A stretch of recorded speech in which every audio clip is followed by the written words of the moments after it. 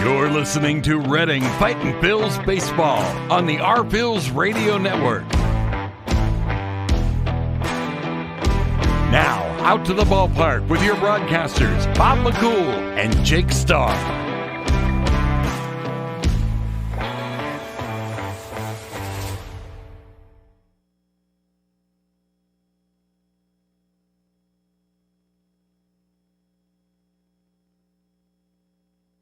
To come out of any kind of a bad start, and when he was talking about it in a game situation, that if they're down a couple runs early, they believe that they can come back, and so it now kind of permeates itself to the start of the season. So I think that is the mindset of this team, that they believe it's okay, we'll figure this out and we'll be okay. But at the same time, if another loss mounts up and another loss mounts up, that complexion could change pretty quickly. So I think if it doesn't happen tonight, it better happen pretty soon, or I think maybe that mood could change. And you look at both sides of the baseball, too. The offensive side, I think last night was their best night offensively.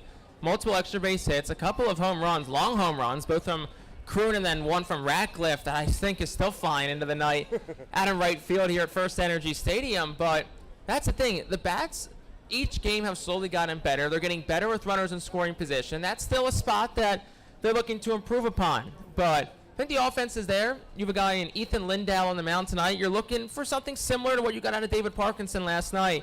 4 or 5 strong innings, keep yourself in the ball game. But the next question then becomes, can the bullpen hold it down? That's been that sore spot so far for this team this year, has been the bullpen. And maybe there's a situation where, hey, you get through 5, you get through 6, you're in the lead, you turn to some of those high leverage arms, especially somebody like Andrew Baker, and see what he can do late in a game. Yeah, you're watching and listening to the pregame show. We're live from the Tompkins Vis Plaza. He's Jake Starr. I'm Bob McCool. And again, we'll have first pitch coming your way at 6:45 as the Reading Fightin' Phils take on the Hartford Yard Goats. Nick Garcia on the mound tonight for the Goats. And as Jake just alluded to, Ethan Lindau on the mound for the Fightin' Phils as they try to get their first win. The Yard Goats now at 2-2. So back to where you were, and I think it starts obviously at the top of the lineup. What I liked most of anything last night, even though Baron Radcliffe had the long home run, as you mentioned, Matt Kroon had the 2-run home run, those are the things that the fans point to. But I'll go back to the top of the lineup, and to see Johan Rojas go 2 for 4 last night, get on base a third time by way of walk, stolen a couple bases, scored a run right out of the gate, that is where this thing will start for the Phils. Johan Rojas is that kind of guy with the tool shed that he has. Talent, yes. Defense, yes. Speed, yes. Can he hit? Get on base? And if and when he does, and the havoc that he can cause at the top of the lineup, I think that's paramount for this team to get hot fast. You hit the nail right on the head. It's a matter of getting him on base. He is going to be a staple at the top of this lineup for as long as he is in Reading. And 62 steals last year between High A, Jersey Shore, and Double A Reading. Already has 3 this year, and he's only reached base in 2 of the 4 games. So he's averaging 1.5 steals per game that he gets on base. That sounds a little bit more advanced than usual, but that's the case. If you get him on base, he's good for 1.5 steals per game from a very limited sample size so far. Get the guy on base, let him go to work, and that's any way possible. If you see an opportunity to lay a bunt down, get a bunt down. Work good counts. You're the leadoff guy. Your job is to get on base. You're the tone setter. Johan Rojas is an excellent leadoff guy, an excellent tone setter, and you got to hope last night a couple of hits in that game against Hartford is the kind of spark this team needs to get Rojas hot, because if he's hot, this whole lineup heats up. Yeah, because the bats behind him are pretty solid and have been pretty solid so far. Carlos De La Cruz is leading the team in hitting. He had a rough night last night, only got on base once by way of walk, but he is still leading his team in hitting. He's the lone player over 300. McCarthy Tatum has a home run on the season. We mentioned Radcliffe, we mentioned Kroon. Those are the guys who are going to hit in the middle of the order for the most part for Al Padrique this year. So if those guys at the top can get on the lineup, then the big boys come up. That's the pedigree for how to get the offense going. We're going to take a timeout. We come back with more of our pregame show. We're live from Tompkins Vis Plaza at FirstEnergy Stadium in Game 2 of the homestand here in Reading. International Fireworks is the official fireworks provider of the R-Phils. International Fireworks shoots every fireworks show throughout the season, including 8 Mega Blast fireworks shows. International Fireworks also provides the pregame fireworks after the national anthem at each game. International Fireworks has a nearby retail store in Douglasville, Pennsylvania. where you can purchase all of your fireworks. Visit fireworksrus.com for more information about the International Fireworks Retail Store in Douglasville. Thanks again to International Fireworks, the official fireworks provider of the R-Phils. Star City Boxing, located at 4760 Schuylkill Avenue in Reading, is a 501c3 non-profit boxing gym unlike any other. Our goal is not only to help you be fit, but to be the best outlet for our youth and community. We welcome anyone who wants to improve their way of life, be fit, and box competitively or non-competitively. We work with you to reach your goals in and out of the gym. Stop in and meet our stars today. Check us out and follow us on Facebook, Instagram, and Twitter for upcoming events and happenings. And visit our website today at starcityboxing.org for more information on how to join, volunteer with our youth, or support our efforts in the community. Star City Boxing is a proud continued 2023 R-Phils Fiesta Friday partner. The Penn State Health St. Joseph's 67 Club is the original hospitality area at FirstEnergy Stadium. Conveniently located along the third base side, the 67 Club gives you a front row seat to all the action at the hot corner. The area is safely protected from line drives with a large see-through net. Starting at $34, groups of 20 or more can enjoy a 2.5-hour all-you-can-eat buffet. Children 4 and under are free. Visit rphils.com or call us at 610-370-BALL to reserve your group outing today.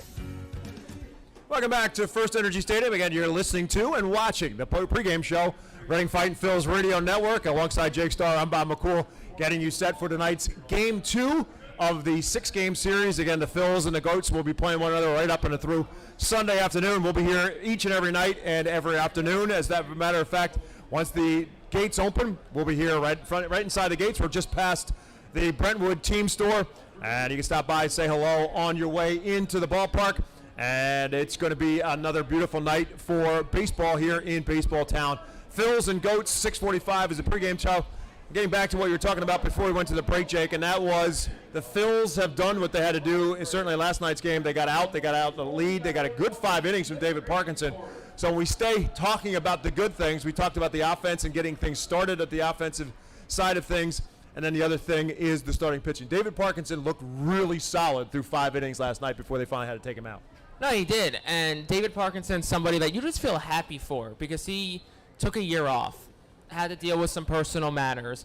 Last pitch in 2021, really struggled, 1-11 over most of his starts in Lehigh Valley. And he's came back. We've seen him twice so far, once last week in a scrimmage against Jersey Shore, looked strong. Same thing last night, 2 earned runs, looked really strong. I think the telling stat about this Reading team early in the season is a couple. Reading was scoring first. They've scored first in 3 or 4 games this year. They're 0-3 in those games. In the first inning of game, I think Reading's a +5 run differential. Right. I think they're -14 the other 8 innings. That's the difference right there. Is this team has been really good at getting off the strong starts. It's been about sustaining that. And of course, when it comes to sustaining leads, the group of guys that is usually looked at for that is the bullpen. Yeah, and of course now at this stage of the season, that bullpen's got to go even longer because starters are still building up their pitch strength. So David Parkinson had a really solid game last night. But again, after 5 innings, that's as far as he's going to go at this stage of the season. It's still getting through the first round of the rotation. And so they're going to get 4 innings, 5 innings. If they're really short in pitches, they may go to 6. So the bullpen's going to have to get at least 9, more likely 12, and maybe even more outs per game. And so you're trying to find that nucleus. And so we've talked about the positive, and that leads us to the negatives, obviously, and that has been the issue. And it's not surprising at this level that the issues have become walks and getting behind to hitters. And so you put runners on base by way of walks, and if you get behind hitters and you put hitters in hitters counts, doesn't matter if it's single A, low single A, high single A, double A, wherever it is in a game of baseball, you get behind hitters, you get hitters in good counts, they're going to sit on a pitch and they're going to hurt you. And that's really what has gotten to this bullpen right now. It has not been consistently throwing strikes. They've got great arms in that bullpen. They've got some guys who can come in and throw heat, but you got to do it, and you got to work ahead of the hitters. No, definitely. And that's innings, at-bats, they're all precedented by can you get first pitch strikes over? That's the difference. And you know it's something that Brad Bergeson, the pitching coach, is harping on, I'm sure, his staff right now, especially his relievers. It's the starting staff that has an ERA a little bit over 4, which is, about average this time of year, but the bullpen's about a 6.5 ERA. That's the number you want to see come down, and a great step in doing that, get those first pitch strikes over. Because as a hitter, when you're behind in the count, even with one strike, your zone expands a little bit. You're more likely to swing at an 0-1 borderline pitch than you are to swing at a 1-0 borderline pitch, or a 2-1 or a 2-0. So get that first strike over. Let the hitter get a little defensive. Don't fight back in the account, because when you're battling back, hitter's looking one spot, you have to put one over the plate. And we saw a couple of times last night with some long extra base hits from Hartford. They'll take advantage. Yeah, you kind of took the words out of my mouth, especially against a team like Hartford. This is a very good baseball team, Hartford. We mentioned this last night in the broadcast. Minor League Baseball has rated them as the 8th best team in all of minor league baseball. That's all classifications lumped together. They have ranked the lineup that Hartford puts out there on a nightly basis as the 8th best organization because of the top prospects they have, and a number of them are littered throughout the lineup. And so if you get behind to good hitters, you're going to get in trouble. And at this level, even if you get behind a guy who might be the 8 or 9 hole hitter, he's going to beat you. But guys last night, at top of the order for them, Vladimir Restituyo really had a great game for them. You have guys like Hunter Simpson in the middle lineup, Zach Veen, who's one of their top prospects in the organization. All those guys are going to hurt you if you can do it, and especially in this ballpark where the ball can fly. Wind again will be blowing out to right center field tonight, just like it was last night.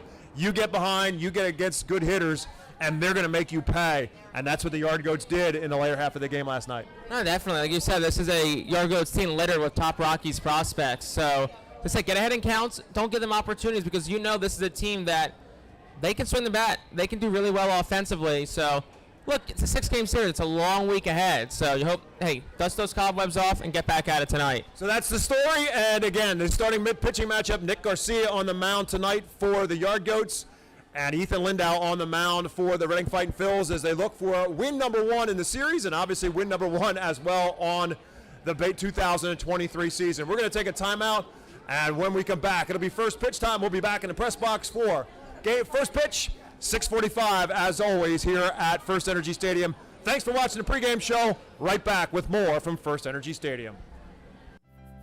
Humane Pennsylvania is an innovative national leader in animal welfare with adoption centers, accredited nonprofit veterinarian hospitals, emergency animal rescue services, community pet assistance programs, and a free community dog park. At HPA, we are passionate about going the extra base to keep your pets healthy and happy at home with you. With a variety of services and different ways and times to access them and variable pricing, Humane Pennsylvania is here to provide your pets with exceptional care, how, when, and where they need it. Visit humanepa.org for more information. White Star Tours and Travel Centers offers the R-Phils fan road trip again this season. It's your chance to hit the road with other R-Phils fans, see an R-Phils road game, meet with an R-Phils player, and also see an Iron Pigs and Phillies road game. The White Star R-Phils road trip visits Altoona, Toledo, and Cleveland from Thursday, July 20th until Sunday, July 23rd. See the R-Phils in Altoona Thursday, meet with an R-Phils player or coach, then head to Toledo Friday and Cleveland Saturday to see many former Fightins in action. The trip heads back to Reading on Sunday. Visit the customer service booth for more info on the White Star R-Phils fan road trip to Altoona, Toledo, and Cleveland. Space is very limited, so sign up today.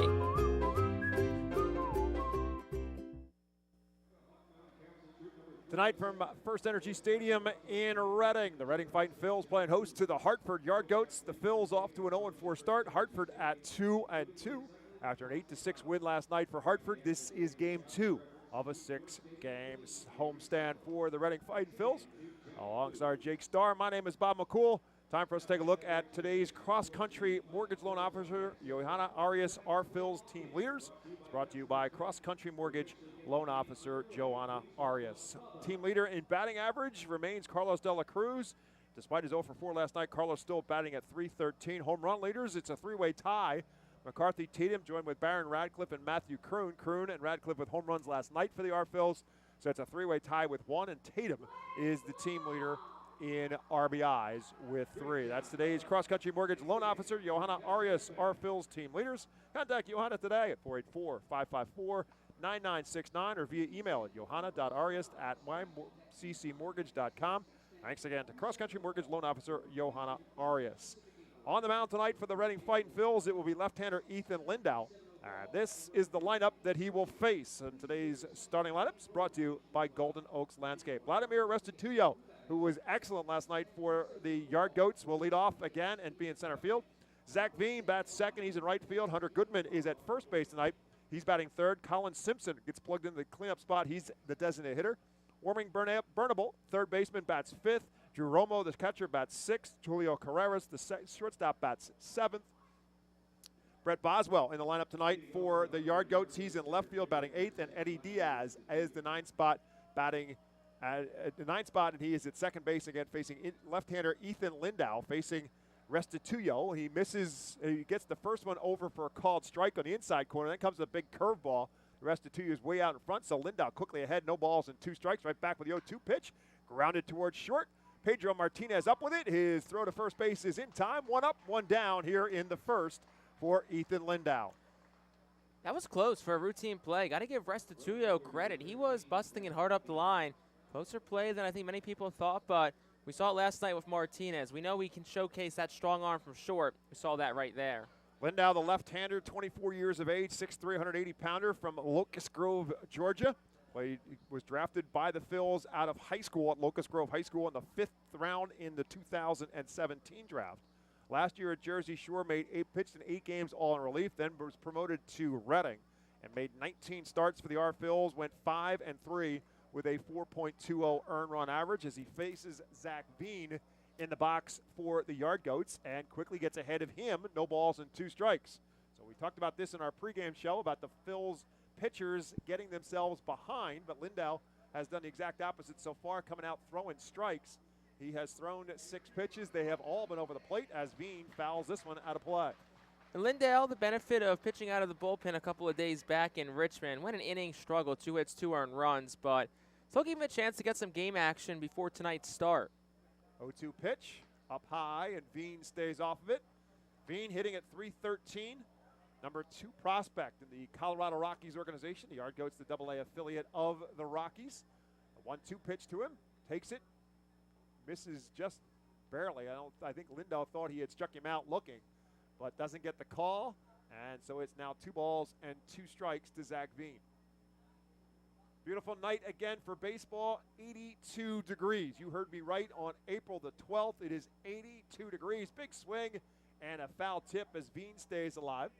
Our game time temperature, thanks to EPAW Weather Consulting, source for public and private forecasts in Pennsylvania, New Jersey, Delaware, and northern Eastern Maryland. 82 degrees, a little bit of a wind blowing. I'd say a little bit more than what they're saying at 12 miles per hour. You look at the flag in center field here at FirstEnergy Stadium, it's blowing out to right center field. As Veen rolls this one on the right side of the infield, Oliver Dunn, who was the designated hitter last night at the second base spot, ranges far to his left, and he'll get Veen out. 2 up, 2 down here in the first. Another one of those underrated tough plays from Oliver Dunn. Hit hard, has to range towards his left. Never really has time to establish himself in front of the baseball. Makes a nice play there. He had a error this weekend in Richmond on a tailor-made double play ball, so it's nice to see him back out there and get the ball in the glove early. Hunter Goodman steps into the batter's box for the Yard Goats. He's at .357 on the season with 3 RBIs, and Lindau falls behind a hitter for the first time as he misses up high. Comes right back with a 1-0 pitch. This one dribbled and foul and out of play. Defense behind Lindau. McCarthy Tatum is in left field tonight. Johan Rojas in his usual spot in center field. Baron Radcliffe right back at right field. Carlos De La Cruz is at first base. As we mentioned, Dunn is at second. Pedro Martinez has already had an opportunity. He's at short. Matthew Kroon is at third, and Cody Roberts is behind the plate as this one's lifted up into shallow right field. Radcliffe will call off Dunn. He'll make the catch. 3 up and 3 down for the Yard Goats in the top half of the first. Good start for Ethan Lindau and the Reading Fightin' Phils. We'll see how the Bats will do when we get back to FirstEnergy Stadium live on the Reading Fightin' Phils Radio Network. Gear up for Fightin' Phils season.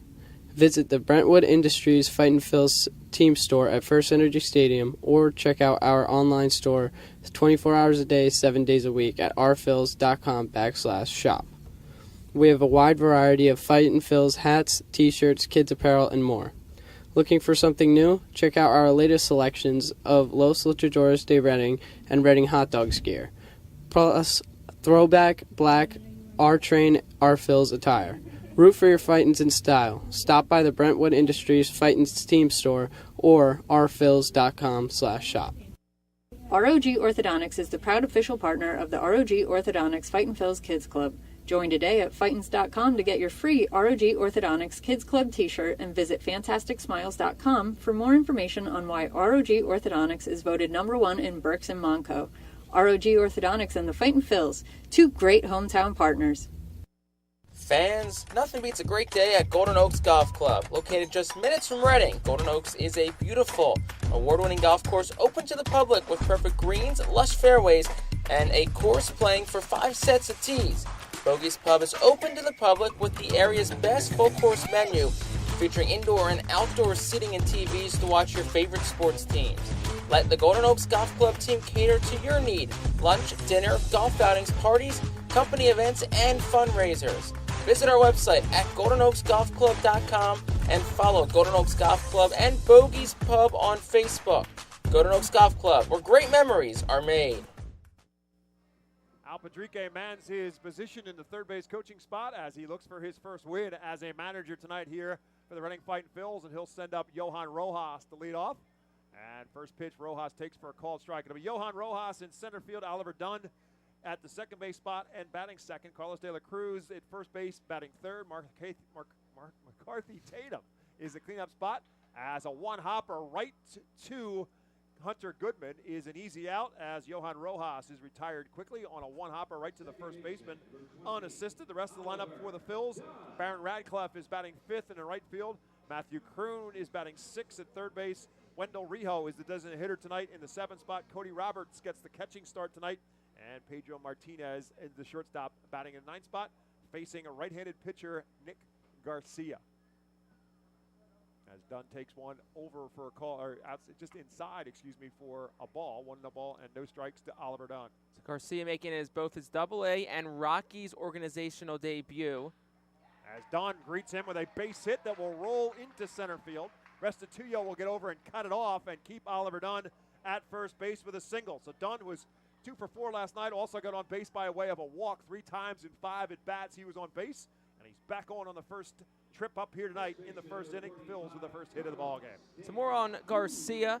Spent 2 years in the Pirates organization after being a third-round pick in 2020. He was dealt from the Pirates to the Rockies in this offseason's Connor Joe exchange. Last year, he was 4-4 for 3.66 ERA in 25 games, 23 starts with High A Greensboro. So I'll bring up Carlos De La Cruz, and first pitch spins him off the plate. De La Cruz, again, still a top hitter in the Phils lineup. Despite going 0 for 4 last night, he did walk in the first inning, but Carlos still at .313 is their top hitter. As Dunn takes a decent-sized lead off of first base, and the 6'8" Carlos De La Cruz will watch him throw one over to first base. Dunn dives back in without a problem.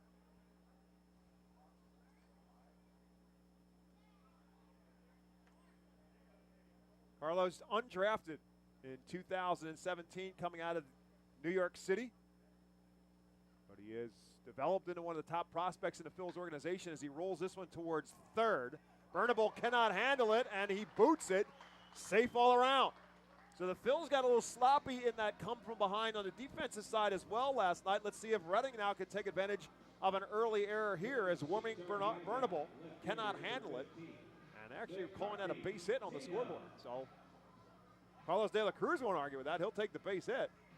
Yeah, video board said base hit. Still waiting for official word on the scoreboard. We'll see what they rule it.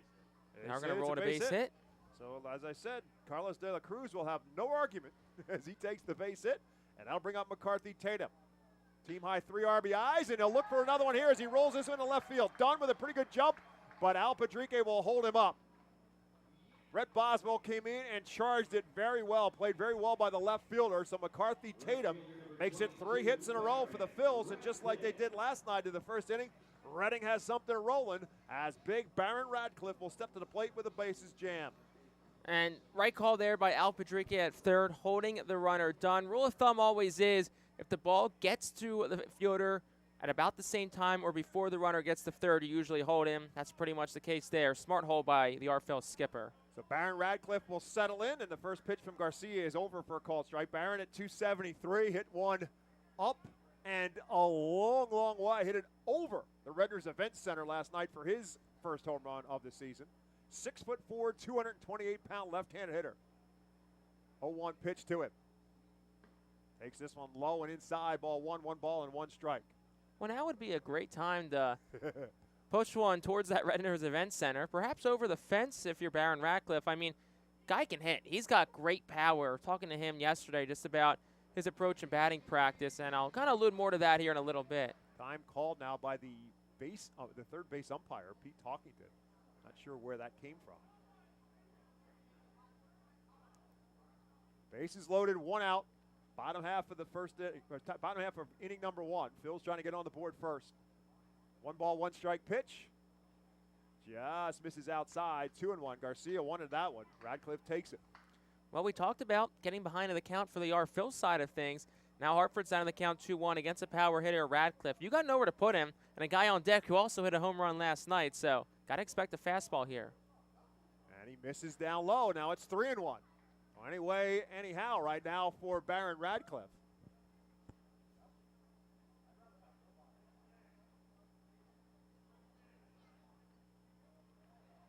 Garcia's 3-1 pitch to the plate. Takes a while to deliver. Here it is, and it's dribbled foul. Radcliffe a little bit out in front of that one. Beat it into the ground, and fortunately for him, rolls foul. So now the count is full. Had some fun talking with Barron about that big right field wall out there, and because he's also playing in right field, he's seen it up close in a number of ways. He'd rather hit it than catch off of it. Here's the 3-2 pitch. Swing and a miss. He struck him out. That's a big strikeout for Garcia. 2 outs here in the first. And Garcia didn't really want to go fastball to Ratcliffe right at bat. Heavy dose of off speed, and he gets Ratcliffe swinging in front of a couple of them and gets a big whiff there. So now 2 outs if you're Kroon. Want to at least try and get a run here. Just try to find a way to get a poke if you're Kroon.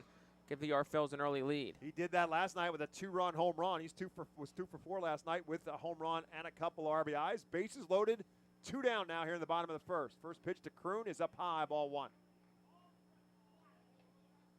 Jae-Young Kim is calling the balls and strikes tonight. Paul Romer shifts as the first base umpire. Pete Talkington, our home plate umpire last night, is now the third base umpire. Bases jammed, bottom of the first. Phil's trying to get on the board. 1-0 pitch to Kroon. Misses again outside. It's 2-0. So he fell behind Radcliffe but came back and struck out Radcliffe for the second out. And now Kroon gets himself ahead 2-0.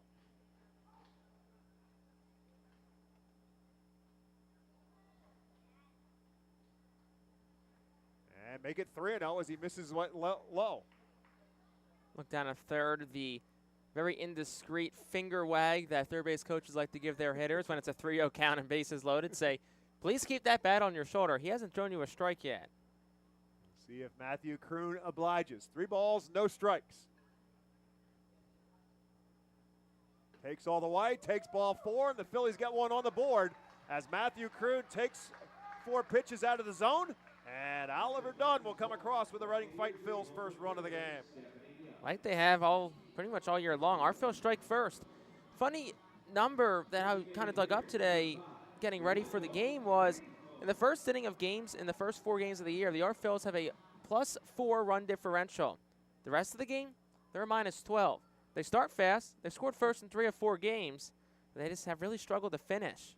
So that'll bring Wendell Rijo now to the plate. Bases remain loaded, and again out of the zone. So Garcia's now missed 5 straight, and he's going to get a visit now from his catcher, Drew Romo. As Wendell Rijo, who was not part of the hitting parade last night, but Wendell, an outstanding, really kind of a professional hitter. I think that he's the kind of player that Al Padrique is really going to like coaching. He was the MVP for the Reading Fightin' Phils last year, can play second, can play third. He's in the designated hitter spot tonight. Veteran player, been around the game for a while. He's 27 years of age. Signed by the Boston Red Sox back in 2013. Bases loaded, 2 down, 1 run across for the Phils and looking for some more. Garcia from the stretch and a 1-0 pitch. Takes this one for a called strike, so whatever Drew Romo said to Nick Garcia worked, at least for that pitch, and it's now 1-1. I have no idea if there's any analytics on this, but I'd love to see the percentage of strikes thrown after mound visits. I feel like it's got to be 95%. 1 ball, 1 strike. Now to Rio. This one grounded towards second and scooped up by Diaz. He'll throw to first in time, and the Phils are retired, but they do put 1 run across. They do it on 3 hits, and they leave them loaded. 1 in the books here at FirstEnergy Stadium, and it's Reading 1, Hartford nothing. Empowering communities one relationship at a time is our commitment at Tompkins. Our customers have thrived thanks to our focus on local lending and their commitment to the customers they serve. They do a great job, everything for us from our banking, our insurance, to our wealth management. Tompkins has always been there for us. We see a long relationship with Tompkins. They're good people. Tompkins, banking, insurance, wealth. Member FDIC Equal Housing Lender. Investment and insurance products are not FDIC insured, not bank guaranteed, and may lose value. Our Phils fans can continue to expect great performances all season long on the Burke's Commercial Roofing stage. It's the home of great local talent, including the Our Phils mascot band. Burke's Commercial Roofing prides itself on being a locally owned and operated company that puts an emphasis on customer service. They provide free on-site estimates and can handle any size repair, restoration, or replacement. Visit burkscommercialroofing.com or call 610-717-3949 for more information. And don't forget to sit back, relax, and enjoy the show at the Burke's Commercial Roofing stage at America's Classic Ballpark. Burke's Packing is a family-owned and operated meat processor located here in Reading, specializing in hot dogs, ham, specialty meats, and more. Burke's Packing provides America's Classic Ballpark with quality products, including the highly acclaimed flat-top grilled hot dog. Join us for Burke's Packing Sunday Family Fun Days at Sunday home games all season long at FirstEnergy Stadium. Colin Simpson warming up Burnable and Drew Romo. The 3 due up for the Hartford Yard Goats here in inning number 2. Reading putting 1 across, leaving the bases loaded as they did so in the first inning, but they do get the run across on the bases loaded walk by Matthew Kroon. And so it's 1-0 Reading as Ethan Lindau takes the mound for the second. Colin Simpson leading it off. Simpson pinched hit last night in the DH spot tonight and in the cleanup spot. 2 for 7 so far on the season. And this one lifted straight up in the air towards the third base bag. Matthew Kroon will find it and catch it for out number 1. So great start so far for Ethan Lindau, getting ahead of hitters. And through the first 4 batters anyhow, no one has hit it hard against the young lefty. As Burnable now will step to the plate. And the first pitch to him is also over for a called strike. Lindau was the 2019 Paul Owens Award winner for his season at Jersey Shore. He went 5-2 that year with a 2.66 ERA. Struck out 103 batters and just walked 20. 103 strikeouts and 20 walks, and was the Paul Owens Award winner for the top pitcher, and the top hitter in the minor league system each year is awarded the Paul Owens Award. He finds himself now in a 1-2 count to Warming Burnable. Pitch to him is lifted into right field. Radcliffe has to make a long run, but he won't be able to get there. Takes a funky hop, but Radcliffe was able to get there and keep Burnable at first base for the Goats' first hit of the night. Yeah, that one from Burnable had some kind of side corkscrew-ish spin to it. You kind of saw it. It was up and slicing over towards the right, and you saw as it landed, it took that weird hop, which tells you that there's a ton of spin on it. And it is a sun field in right field. The second base side and right field side is fighting the sun at this time of the night, as Drew Romo will step to the plate. Romo, the young catcher, a switch hitter, batting right against the left-handed pitching Lindau, who goes from the stretch for the first time. And Romo finds this similar spot as he'll slap one into right field. Radcliffe boots it, and that's going to allow everybody to move up a base. They're going to hold up the lead runner Burnable at third base. So it'll be a base hit for Romo and then an error by Radcliffe that's going to allow both runners to move up. And it's now second and third for the Goats with 1 out here in the second inning. That error is going to go on Radcliffe and right. That's his first of the year for the R Phils. Last in the Eastern League, coming in tonight with a .950 fielding percentage. So just those things we talked about last inning. avoiding those mistakes, avoiding those errors really makes a difference for this team. Here's Julio Carreras, who was a big part of the comeback last night for the Goats as he got him started with a solo home run. That made it 4-3 Reading at the time. And he's now standing in with runners at second and third and one out. First pitch to him, big swing and an off-speed pitch, and he's way out in front of it. And yet again, Lindau works ahead in the count. Infielders up on the corners. Kroon at third and De La Cruz at first, back in the middle with Dunn at second and Martinez at short. 0-1 pitch over on the outside corner for a called strike. Really fooled Carreras. And nice job again by Lindau to get ahead now. No balls and 2 strikes. Big spot here with runners at second and third.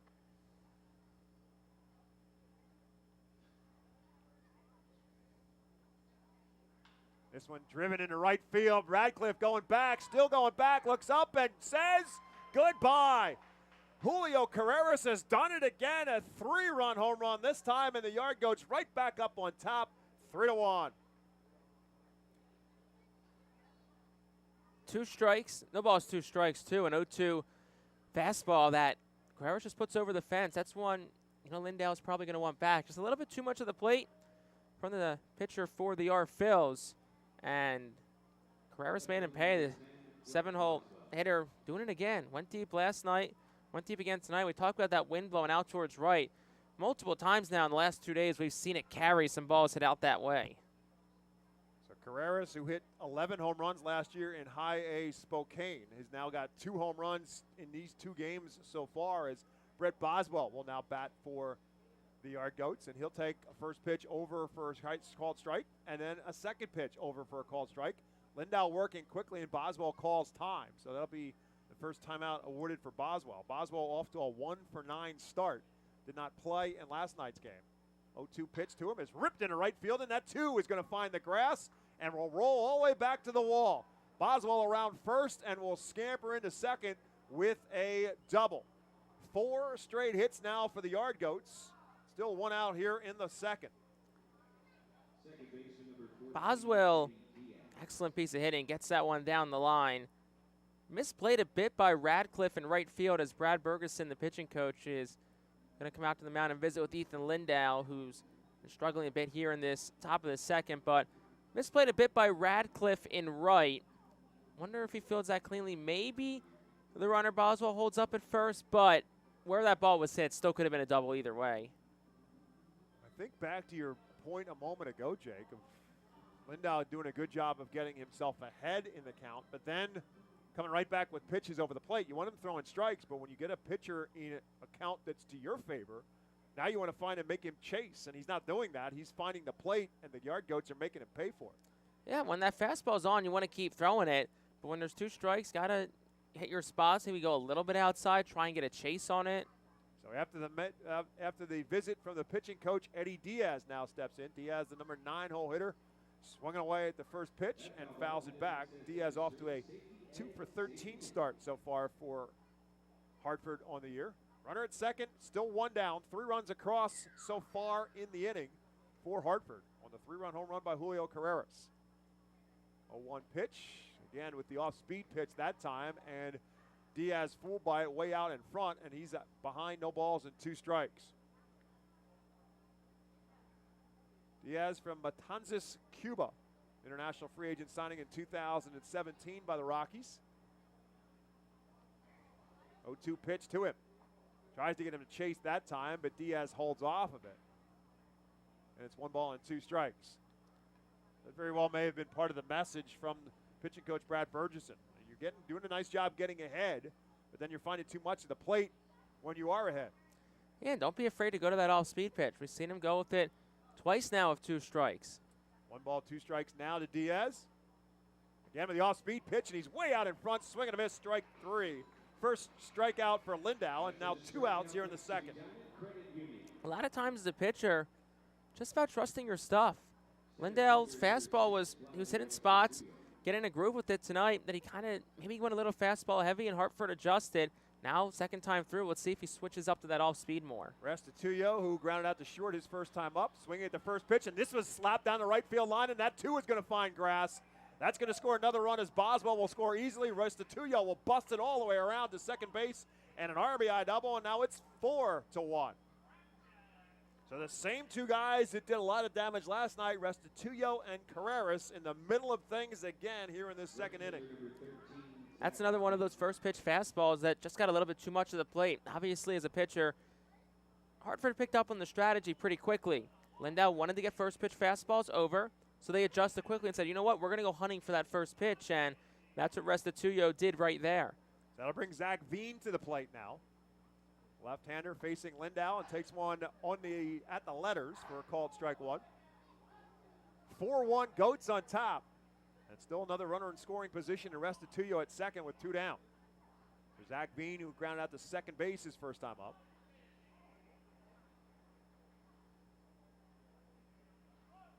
Runner takes off, throw down to third base, and Kroon couldn't handle it. A little bit of a high throw, and Kroon tried to make the catch and make the sweep tag at the same time, and the ball came loose. That'll be a stolen base for Restituyo. He's at third base now with 2 down. Throw beat him there. If the throw's on the money, they probably get him. Impressive arm strength from Roberts to throw it from his knees, but instead, lower throw probably get him. Even if Kroon catches it, I don't know if you're going to get that tag down in time from that altitude. So now it's 1 ball and 1 strike to Veen. He rips one into left field. Tatum broke back. Now he'll break in, and he'll make the catch, and that will end the inning for the Yard Goats. But they put 4 runs across. They do it on the benefit of 5 hits. There was an error as well, and 1 man left. 1.5 in the books, and it's now Hartford 4, Reading 1 back on the Reading Fightin' Phil's radio network after this. Cornwall Manor is an active senior living community on a 190-acre wooded campus in Cornwall, Lebanon County. The community offers independence and opportunities for wellness and fitness, as well as educational and musical programs, and the peace of mind of having convenient health care on site. Cornwall Manor offers a range of residential choices from apartments to homes. Prospective residents are welcome to visit us for lunch and have a chance to learn more about the community. More information is available online at cornwallmanor.org. Cornwall Manor, celebrating 70 years of senior living. Star City Boxing, located at 4760 Schuylkill Avenue in Reading, is a 501c3 non-profit boxing gym unlike any other. Our goal is not only to help you be fit, but to be the best outlet for our youth and community. We welcome anyone who wants to improve their way of life, be fit, and box competitively or non-competitively. We work with you to reach your goals in and out of the gym. Stop in and meet our stars today. Check us out and follow us on Facebook, Instagram, and Twitter for upcoming events and happenings. And visit our website today at starcityboxing.org for more information on how to join, volunteer with our youth, or support our efforts in the community. Star City Boxing is a proud continued 2023 Our Phil's Fiesta Friday partner. The Reading Fightin' Phillies are proud to partner with Berks County Mental Health and Disabilities Program. Together, we are striking out the stigma in order to raise community awareness about mental illness and suicide prevention with 3 simple words. Are you okay? The help is to begin a conversation to show Berks County that we care. Suicide hurts and affects everyone, but help is here. We will work together to help raise awareness about suicide and identify what we can do as the community to prevent it. People in need of assistance and support should call Crisis Intervention at 610-379-2007. Fightin' Phil's come to the plate here in the bottom half of the second inning, and the bottom of the second inning is brought to you by Cornwall Manor, an active senior living not-for-profit community in scenic Cornwall, Pennsylvania, outside of Lebanon. Cornwall Manor has, you can create your lifestyle and continue to live life as you want, with added peace of mind, knowing health care is available when needed. Cornwall Manor in Cornwall, Pennsylvania, just outside of Lebanon, bringing you our bottom of the second inning, where the Phils now find themselves in a hole by a score of 4-1. Cody Roberts leads off, facing Nick Garcia. Roberts getting the start tonight at the catcher spot, and he finds himself in a 1-ball, 2-strike count, leading off here in the bottom of the second. Roberts, 26 years of age, rips one into the gap in right center field, and that's going to find some grass. Roberts around first, and will head to second as this will roll all the way to the fence, and Roberts will pull up with an leadoff double. What a strike there by Roberts. Brings Martinez up the 9-man. We know he's got speed. Wonder if you think about maybe a push bunt third base line. Have Roberts go on contact. and see if you can cause some confusion there. The third baseman Bernabeu's playing over shortstop Carreras behind the bag, so no chance of a wheel play. So I don't know. Martinez 2 for 10 so far to start. And first pitch swinging, and he slaps it to the right. Nice play by the shortstop Carreras to his right. Cody Roberts will move up, so in effect he does indeed move the runner along. That was a well-played ball on the ground by Julio Carreras, and Martinez was retired for the first out in the second. But does a job. Moves the runner to third, now you got the top lineup up, less than 2 outs. You have to get this run home. Phil's left him loaded in the first. That could go back to haunt him. Now they're down 4-1. So Rojas trying to change that. Johan grounded out to the first baseman unassisted his first time up.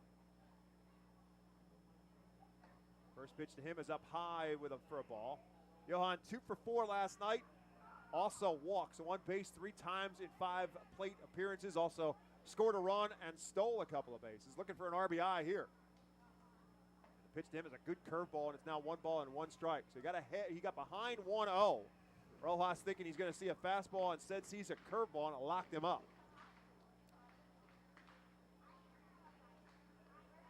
From the stretch with a runner at third base and Cody Roberts. 1-1 pitch to the plate. Ali outside, ball 2. One of the big difference between the teams last night and tonight has been hitting with runners in scoring position. Reading comes in at tonight 172 on the season. That ranks 9th across the Eastern League. Hartford just above them at 186. Fouled straight back. Rojas now finds himself in a 2 ball and 2 strike count as Johan looking for his first RBI of the season.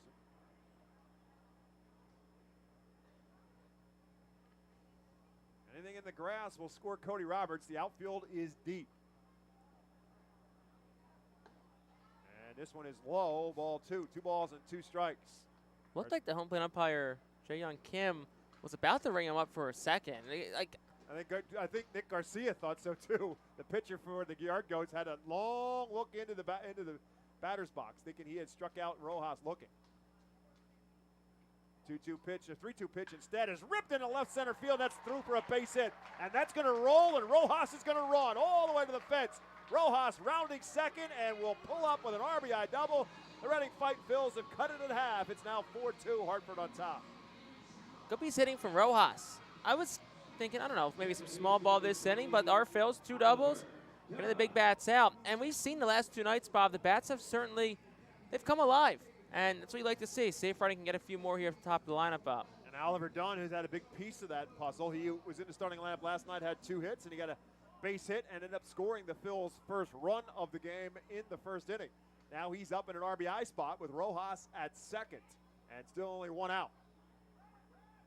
It's also fun to watch Johan Rojas run, and that's a balk as Garcia balks, and so Rojas will get the move to third base without any effort. I mean, we talked about, Bob, the speed of Rojas and what it can do to opposing players. They saw it right there. So now Dunn, again, same spot that Rojas was in, just to try to find one in the grass to get another run across for the Phils. First pitch to him, big swing, and he beats it into the ground. They're going to say it is a fair ball. Dunn said it hit him in the box, but the home plate umpire, Jae-Young Kim, says it's a fair ball, and Romo picked it up and tugged him out. Now Al Padrique is going to come in and argue. Now they're going to have a conference, so the umpires will now meet and talk about it and see if there's a difference of opinion as to whether or not it hit Oliver Dunn in the box or not. That's the question. Dunn said it hit him in the foot, and that's why he didn't even move. Romo made the right play. He just picked it up and tugged him out. And they're going to say foul ball. Good job. They talked about it as a manager. That's all you can ask for right there is, hey, can you at least ask the other opinions? They do, and they made a decision. So now let's see if Dunn can make it work for him. He's obviously now in a 0-1 count because that was a foul ball, but he's still alive now with 1 out. This one's up and at the letters for a called strike 2. So no balls and 2 strikes now to Oliver Dunn. Dunn had an RBI in last night's game. Looks for another one here. Fouls this one out of play to stay alive. Hartford 4, Reading Fightin' Phils 2. Johan Rojas right now, after his RBI double, standing at third base for the Phils. And 1 out here in the bottom of the second inning. This one's way up high, ball 1.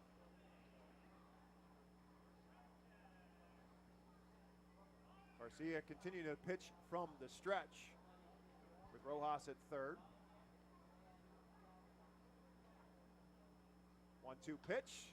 Again, fouls it. Same thing, up and out of play, down over the third base line.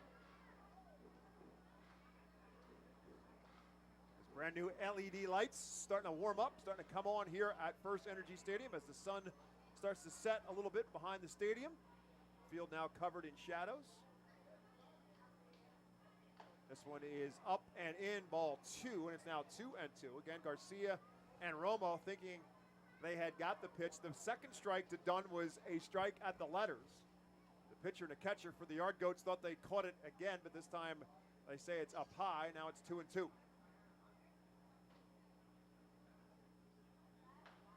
Tapped foul down the third base line. Al Padrique will field it like the pro that he is. Infielder for the Mets. And on the topic Pirates. of infield, infield's playing back here, so with 1 out, Dunn, same thing. Just put the ball in play. Anywhere but third base, really, and it should be a run. 2 balls, 2 strikes to him. Fouls this one out of play. Good job by Oliver Dunn. He's making Garcia work in this at bat.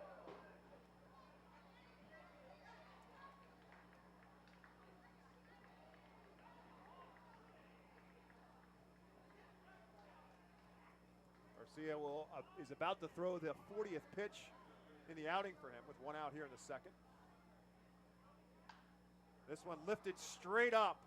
Bernabel, the third baseman, is over, trying to fend off Rojas and eventually makes the catch. And he will indeed make the catch for the out. And let's see what the umpires are going to say here. Are they going to say that Rojas is out on interference play? See, I thought the third baseman, Bernabel, may have been keeping Rojas from getting back. Right.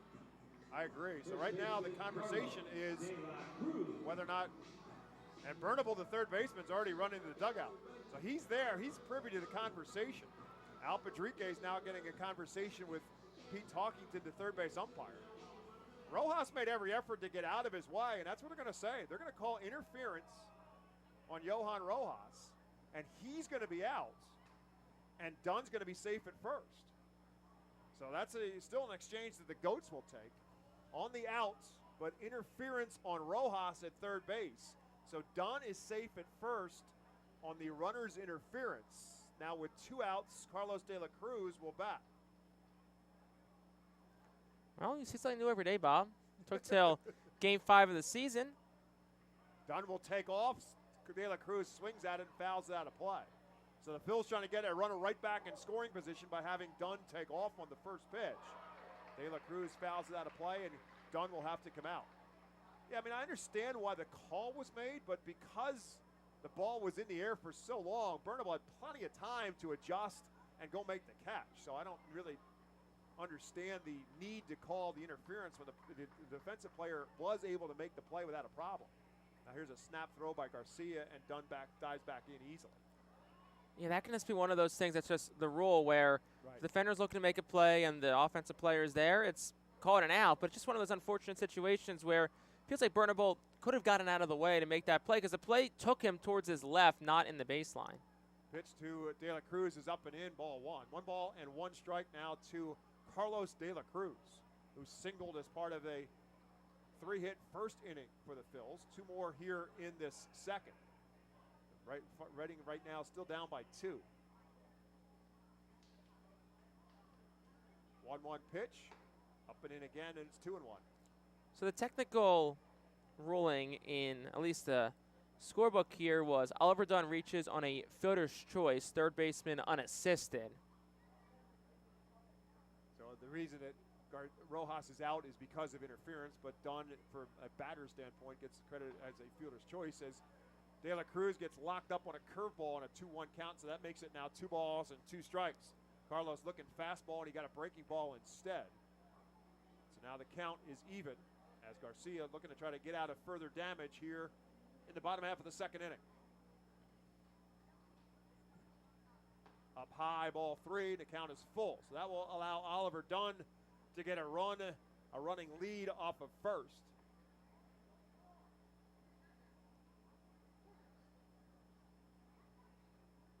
With 3 balls, 2 strikes on the hitter, and 2 outs here in the second. Dunn takes off and line towards second, but Diaz will get there on a hop and make the play in time, and that will end the Phils' second inning. They do put 1 across. They do so on back-to-back doubles by Roberts and Rojas. Cut into the Hartford lead after 2. It's Hartford 4, Reading 2.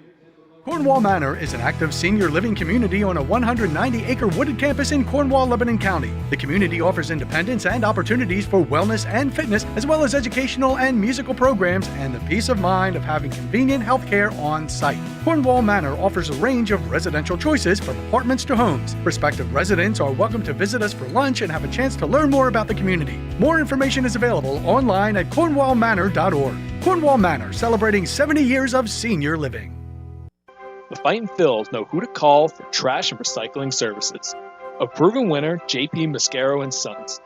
The industry leader for over 50 years. Trust the familiar Mascaro Blue Elephant to provide dependable, quality service for your home or business. That's J.P. Mascaro & Sons, one of the top companies in its industry. Trash and recycling services for home, business, and industry. We are hiring and have open positions in Berks County.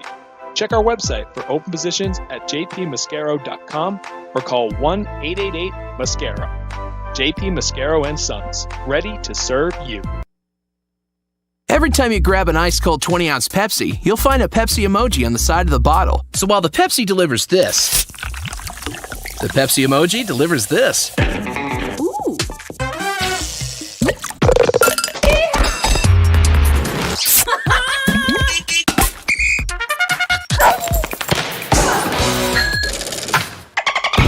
So go ahead, crack open a Pepsi and tell the world how you feel and what you love with Pepsi emojis. Say it with Pepsi.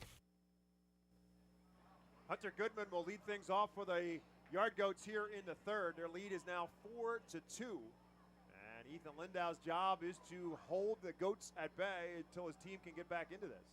And he starts Goodman off with a breaking ball that's well out in front for Goodman. He swings and misses at it.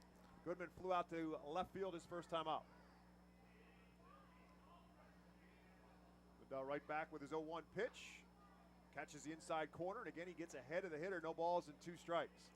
Had a chance to talk with our official scorer between innings. After this at-bat, I'll kind of give a bit of a rundown of just kind of the conversation, what the kind of the explanation was. 0-2 pitch is fouled out of play. I'll wait a second. Basically, Rojas doesn't have to hold the baseline. He's allowed to curl out of the way. So even though it looked like Burnable kind of restricted Rojas, Rojas still has the chance because Burnable's looking up. He can't really see. As Goodman drives one into left center field and flies on out of here.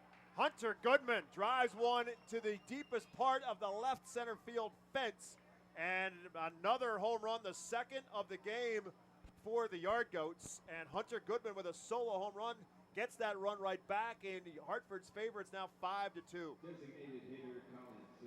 Leadoff home runs always come back to hurt you, but now just finishing up that thought real quick though is basically Rojas has the opportunity to move out of the way, doesn't, so basically goes down officially as a fielder's choice, 5 unassisted. That'll bring up Colin Simpson. He swings at the first pitch and fouls it right back in our direction.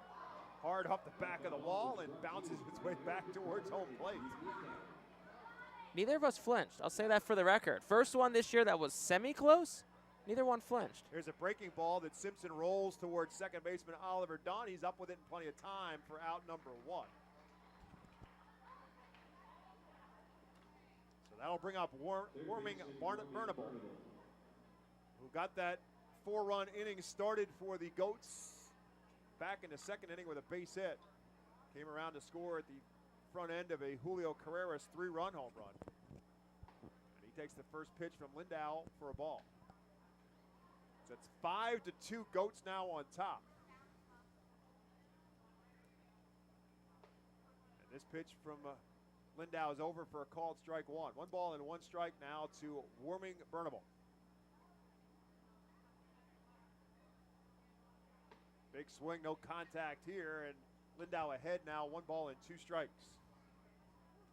Only certainly makes sense that the Goats should have a guy named Warming in their roster with the weather forecast we've had, as this one's rolled foul and out of play. And all week long. I mean, next couple of days, too, we're looking mid-80s. It's going to get, like, it was hot today. It's going to get even hotter. And obviously a big thank you to EPAWA Weather Consulting, our source for public and private forecasts in Pennsylvania, New Jersey, Delaware, and northern Maryland. Burnable again staying alive and fouling the ball out of play. A lot of opportunities for the fan base today. A lot of foul balls so far through the first 2 innings and change. Top half of the third. This one ripped down the third base line, and that's fair, and will roll into the Yard Goats bullpen. It's going to be another extra base hit for Hartford, as Burnable will roll in with a stand-up double. Burnable now a single and a double in his first 2 at-bats today in the last 2 innings respectively. And back to the statistic I gave a little bit earlier about being +4 in the first inning, -12 the rest of the game. You know which inning it is, Bob, where the Phils have the worst run differential? The third? Third inning. -5 coming in tonight through 4 games in the third inning. So this is always going to be that trouble inning. I mean, it's early, very early returns, but it seemed to be a trouble inning for the Phils. Drew Romo now will bat. He singled and scored in that second inning. Swings at the first pitch and fouls out of play. So 7 hits already for the Yard Goats, and 5 of those 7 are extra base hits. 3 doubles, 2 home runs so far.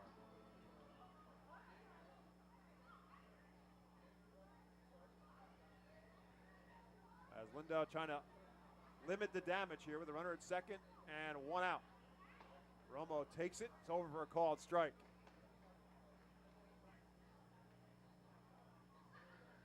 Again, he gets ahead of a hitter, no balls and 2 strikes, but that has not necessarily been the recipe for success for Ethan Lindau tonight. Takes a couple looks back at second base. Now he'll come to the plate. Ripped towards short. Nice play to his left by Martinez. He'll make the play in time, and the runner, Burnable, cannot move up. So it goes 6-3 in the books. It's 2 outs, and that'll bring up Julio Carreras. Another nice play at short by Martinez. Really nice job by him. Ranges left, makes the play. A lot of young shortstops might try and throw that on the run, but knows his runner, gathers himself, kind of working against the grain, makes a strong throw to first to De La Cruz. So that'll bring up Carreras, who hit the 3-run home run to get the inning started for the Yard Goats. He swings at the first pitch, drives this one straight back. Rojas will travel back, and Johan Rojas over his shoulder will make the catch. And that'll do it for Hartford. But they put another run across on the solo home run by Hunter Goodman. We head to the bottom of the third when we get back to FirstEnergy Stadium. It's now Hartford 5, Reading 2. Nursing home neglect is a serious problem. If you or a loved one has suffered from bed sores obtained in a nursing home or a fall down in a nursing home resulting in a fracture, our friends at Swartz Culleton can help. Call the attorneys at Swartz Culleton for a free consultation. Their phone number is 1-800-JUSTICE. That's 1-800-587-8423. Once again, call 1-800-JUSTICE today. Swartz Culleton is a proud sponsor of the Reading Fightin' Phils. Humane Pennsylvania is an innovative national leader in animal welfare with adoption centers, accredited nonprofit veterinarian hospitals, emergency animal rescue services, community pet assistance programs, and a free community dog park. At HPA, we are passionate about going the extra base to keep your pets healthy and happy at home with you. With a variety of services and different ways and times to access them and variable pricing, Humane Pennsylvania is here to provide your pets with exceptional care, how, when, and where they need it. Visit humanepa.org for more information.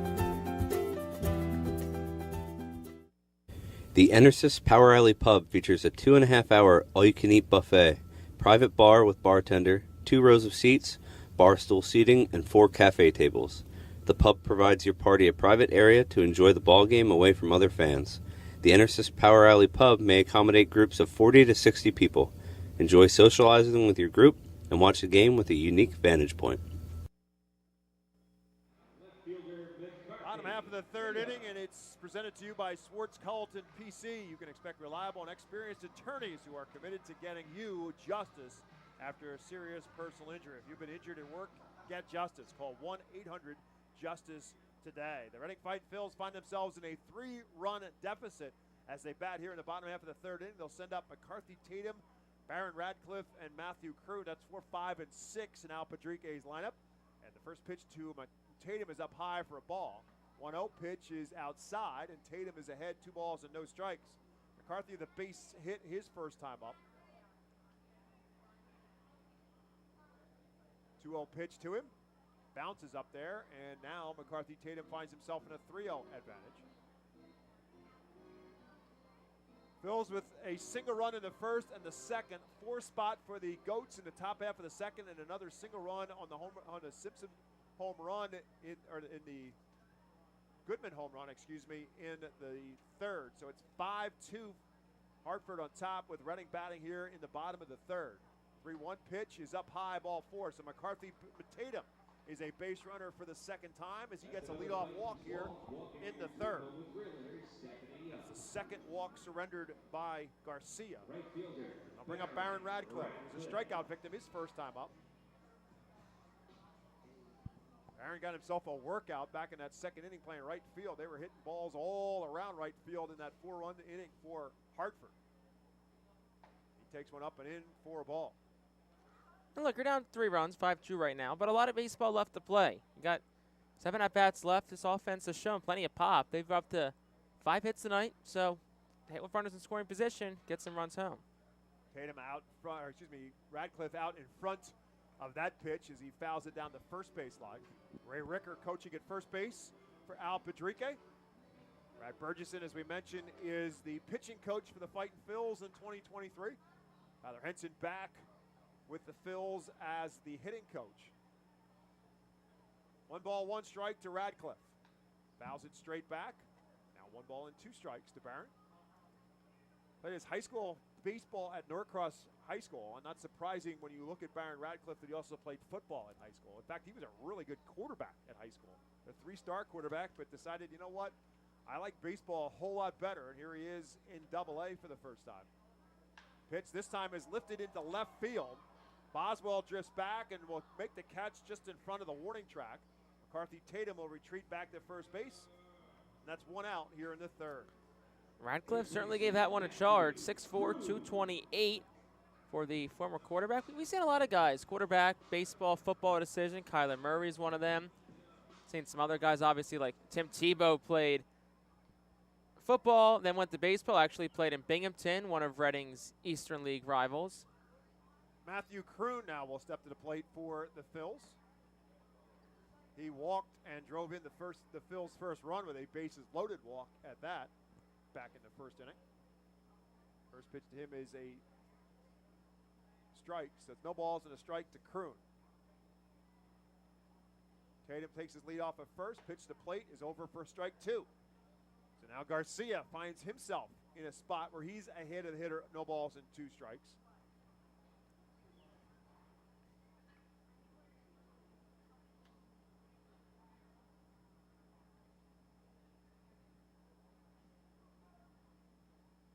This one rolled towards third. Bernable makes the play, makes the throw to second in time.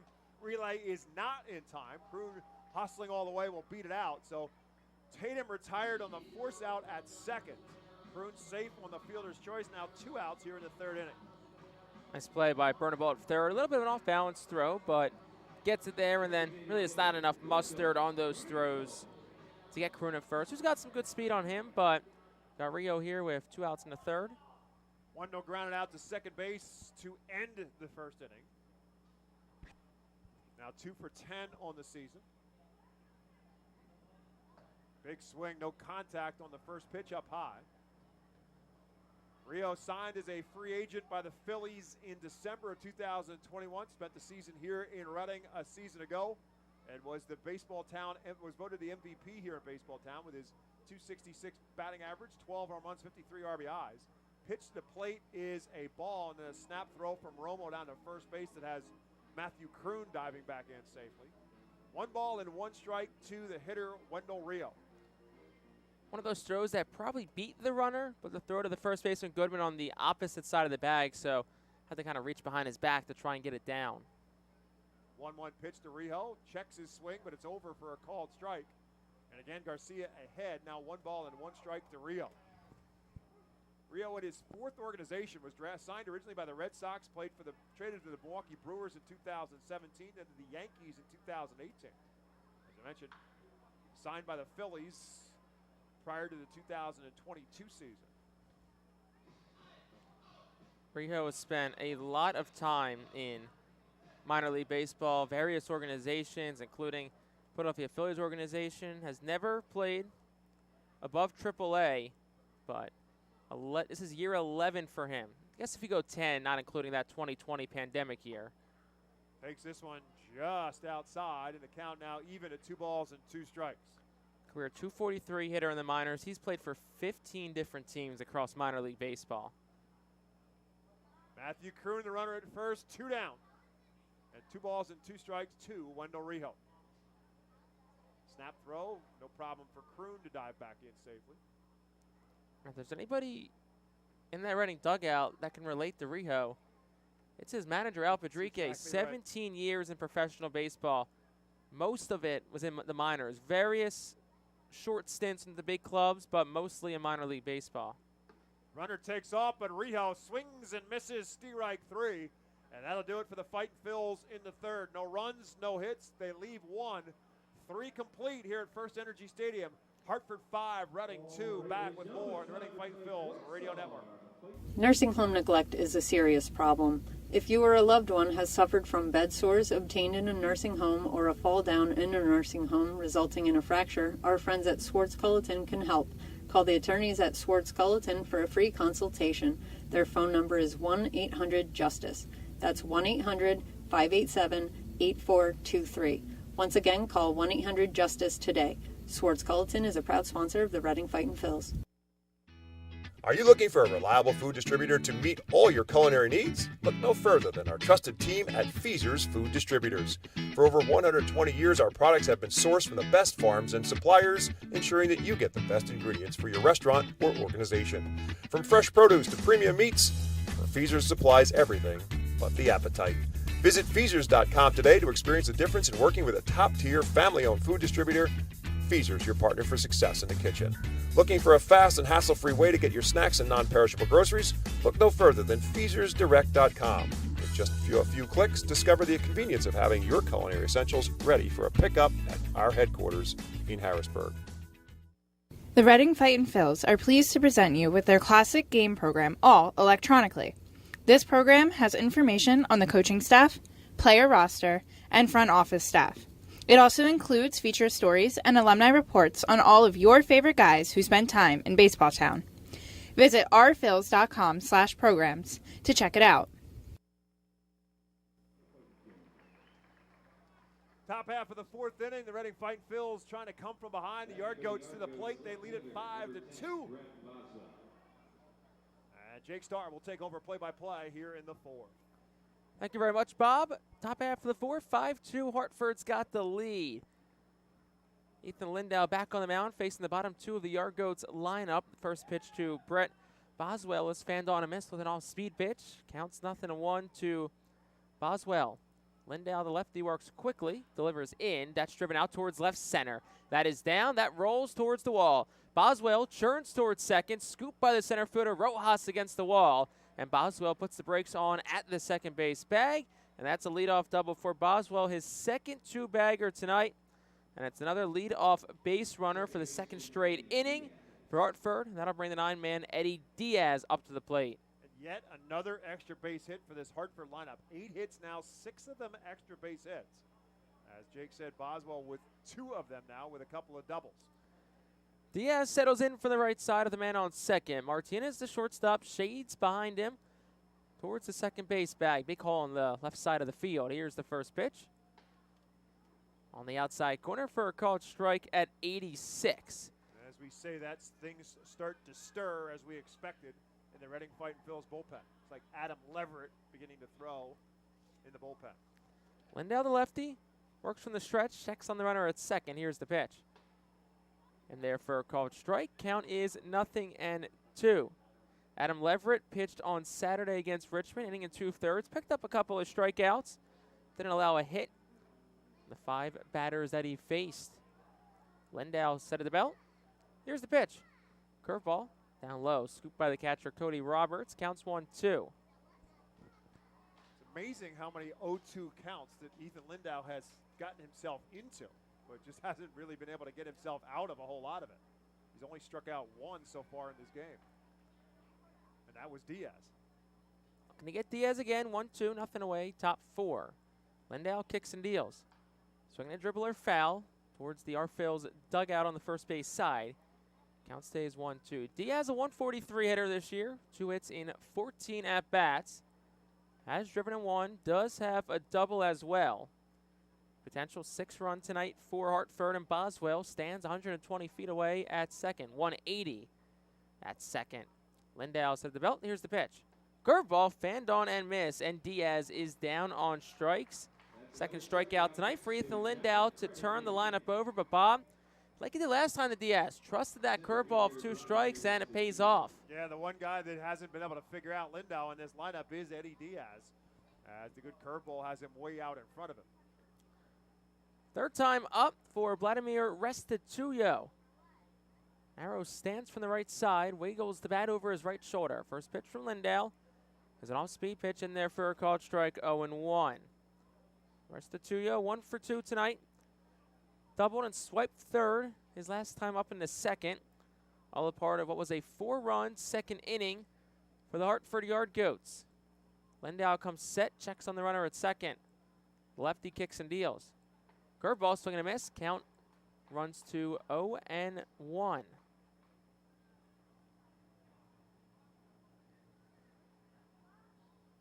Infield plays, Restituyo to Poole. Second baseman done, shaded.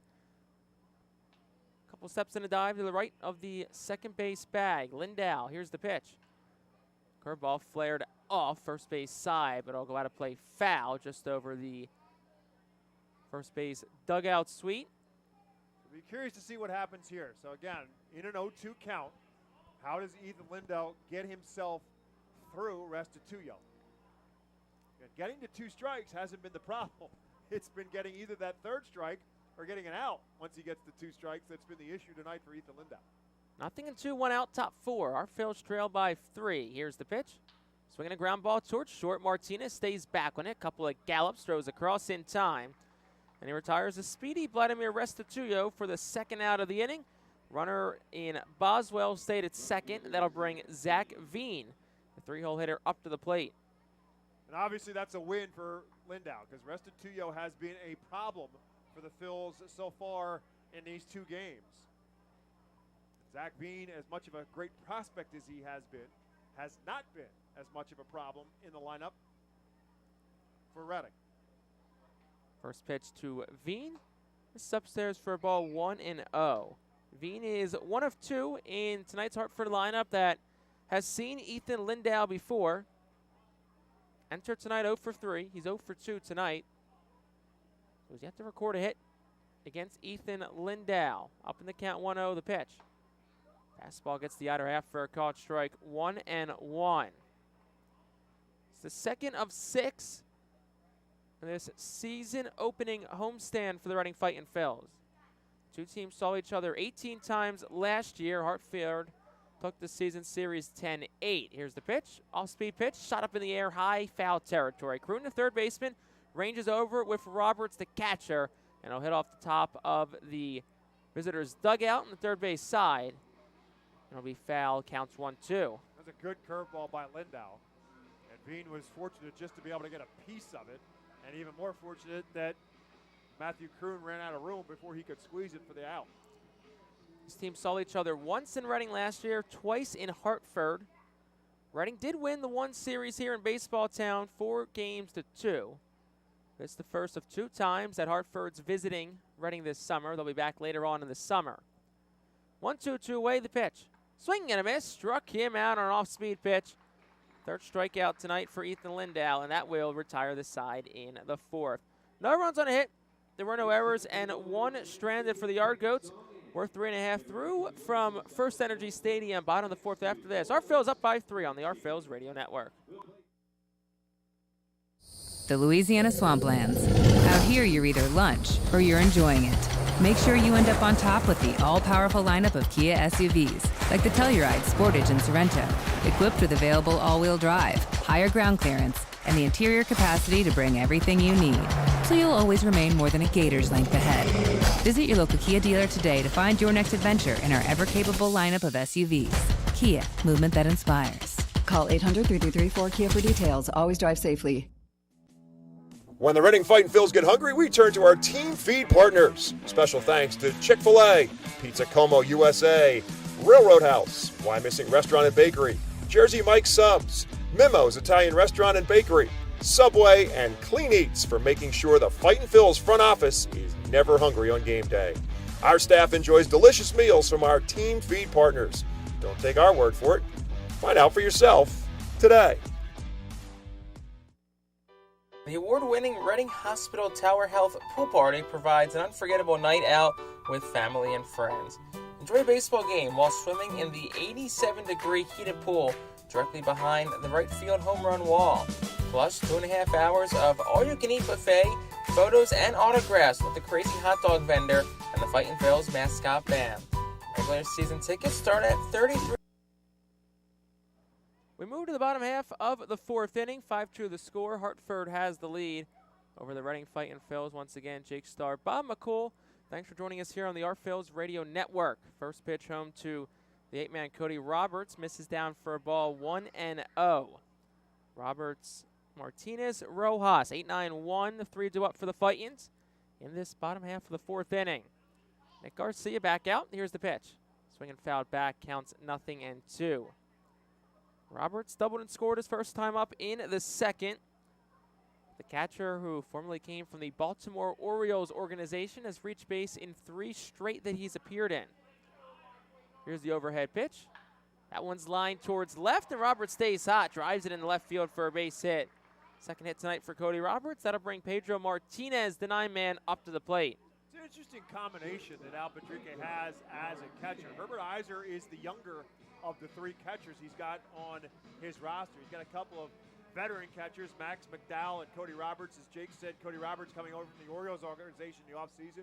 McDowell coming over from the Yankees organization. And no doubt a couple of veteran catchers to work with some of the young pitchers in the Phillies organization, but they can hit too, and Roberts has certainly shown that. First pitch home. That one's fouled back. It's a very veteran organizational catching depth. Here you have McDowell and Roberts. John Hicks, who's 33 years old, also with AAA. He's played some first base, can do some catching as well. He's been around for a while, does have a lot of major league experience, but very experienced catching. And it's good because pitching is definitely a strong point, and it's something that you want some experienced catchers to help out with. Martinez grounds it up the middle. What a grab by the pitcher, Garcia. Grabbed with a bare hand, second for 1, first for 2. It's a 1-6-3 double play. Bob, he got that barehanded. What a play. Got to tip your cap to the pitcher, Garcia. That was indeed special for Nick Garcia. Now, as a pitcher and a pitching coach and a manager, you're going to tell him, don't do that again because that's your money hand when you grab it with a bare hand. But it's an instinct play for the pitcher to just kind of stick that hand out there, and it stuck to it. And it turns into a double play. Tough hitting there for Pedro Martinez on a comebacker to the mound, and a nice play by the pitcher. Garcia turns into a double play to get himself out of any maybe jam here in this fourth inning. Rojas squared at the first one, took it, swings and fouls back the second one. Counts 1-1 to Rojas, who's 1 for 2 today, doubled in the second, moved the third on a balk. Was eventually stranded there after a fielder's choice and a round out the second. Here's the pitch. Rojas squares again, pulls back 2-1. Rojas, the speedy center fielder, had his first 2 hits of the season last night.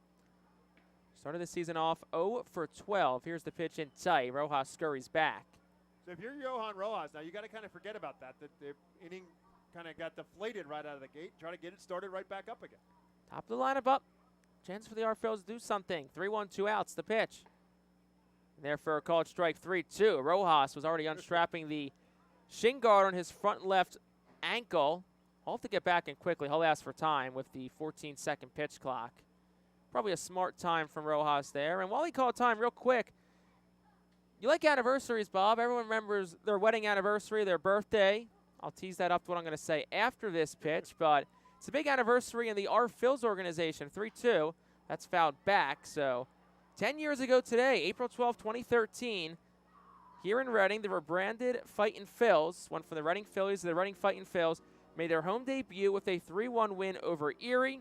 It was a Friday night opener that drew 8,621 fans. Here's the pitch, lines towards second, and snared by Diaz. So, happy 10 years to the Reading Fightin' Phils. Celebrate their anniversary tonight and all year long. It's a 1-2-3 inning for the Fightins. No runs on a hit, no errors, and nobody left on base. Through 4, 5-2 yard goats. Top of the 5th after this on the Phils Radio Network. Join us as we celebrate Reading's Spanish and Latino culture during 12 Friday home games this season.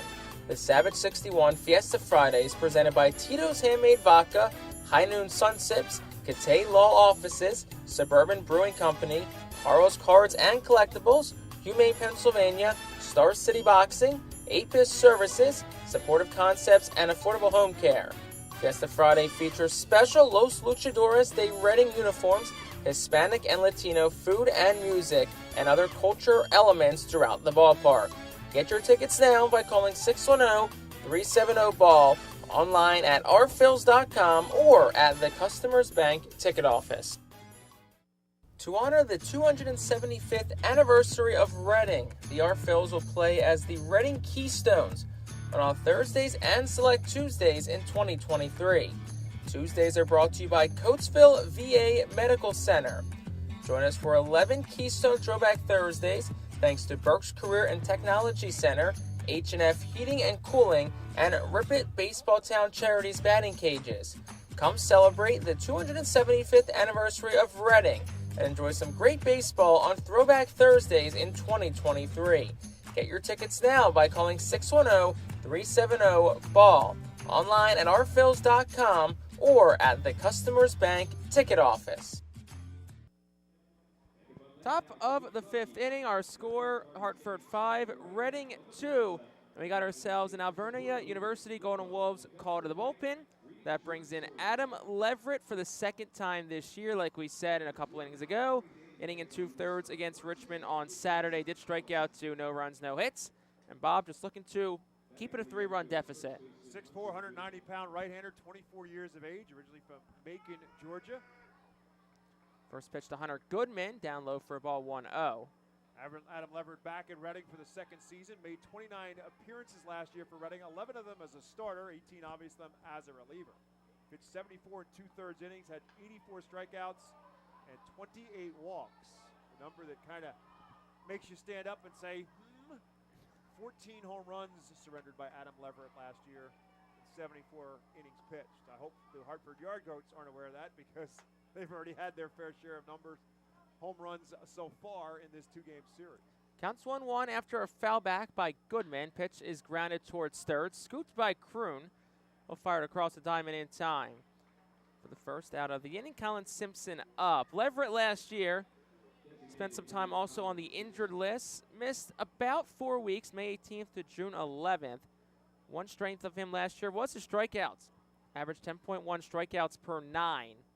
Leverett did, so hope is to get an inning or two out of Leverett and try and string this the rest of the way. Hope the Phils bats can draw a comeback. First pitch to Simpson, down low for a ball 1-0. Michael Peterson warming up now in the Yard Goat bullpen. One of the count, one out, top 5. Phils down 5-2. Here's the pitch from Leverett. Just outside for a ball, 2-0. Simpson 0 for 2 tonight. Popped out the second, then grounded the second. Back-to-back innings, the second and the third. Leverett, the righty, comes set at the letters. Here's the pitch. Swing and a miss. Runs the count to 2-1. Leverett, fastball about 6-7 miles per hour faster than Lindau. So you also hope the change of speed from Lindau to Leverett. Chance to throw off these Hartford bats if you're Reading. 2-1 misses down for a ball. 3-1. Right side of the infield, play straight up. Left side shaded over a couple of steps towards the second base bag. Here's the pitch. Swung on into the air.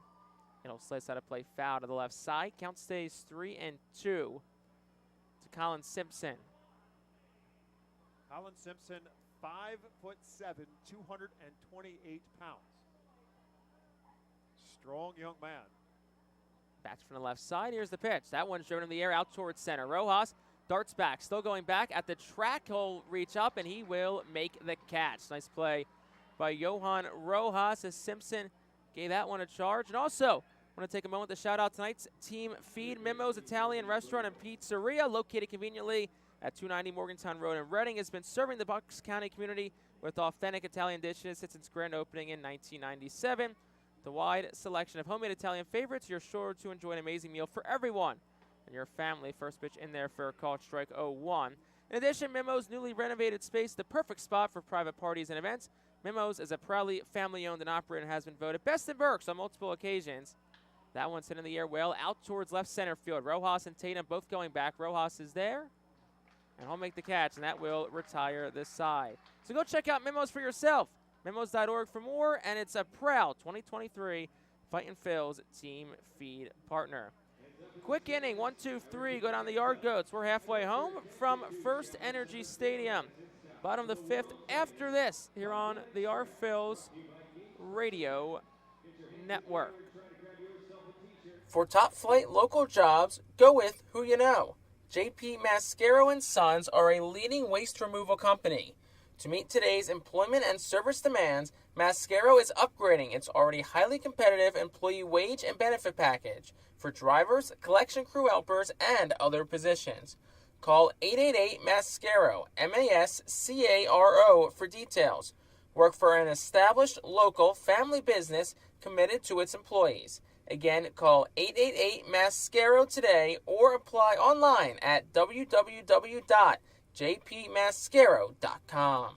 Cornwall Manor is an active senior living community on a 190-acre wooded campus in Cornwall, Lebanon County. The community offers independence and opportunities for wellness and fitness, as well as educational and musical programs, and the peace of mind of having convenient health care on site. Cornwall Manor offers a range of residential choices from apartments to homes. Prospective residents are welcome to visit us for lunch and have a chance to learn more about the community. More information is available online at cornwallmanor.org. Cornwall Manor, celebrating 70 years of senior living.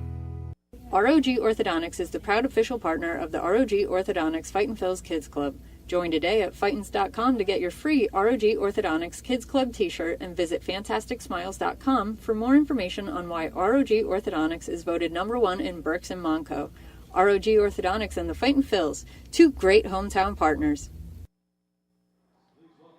Bottom half of the fifth inning, and it's a new arm on the mound in Michael Peterson for Hartford. Our Phil's down 5-2 with the new arm in, Bob. 6'7", 195-pounder, born in Middlesex, England.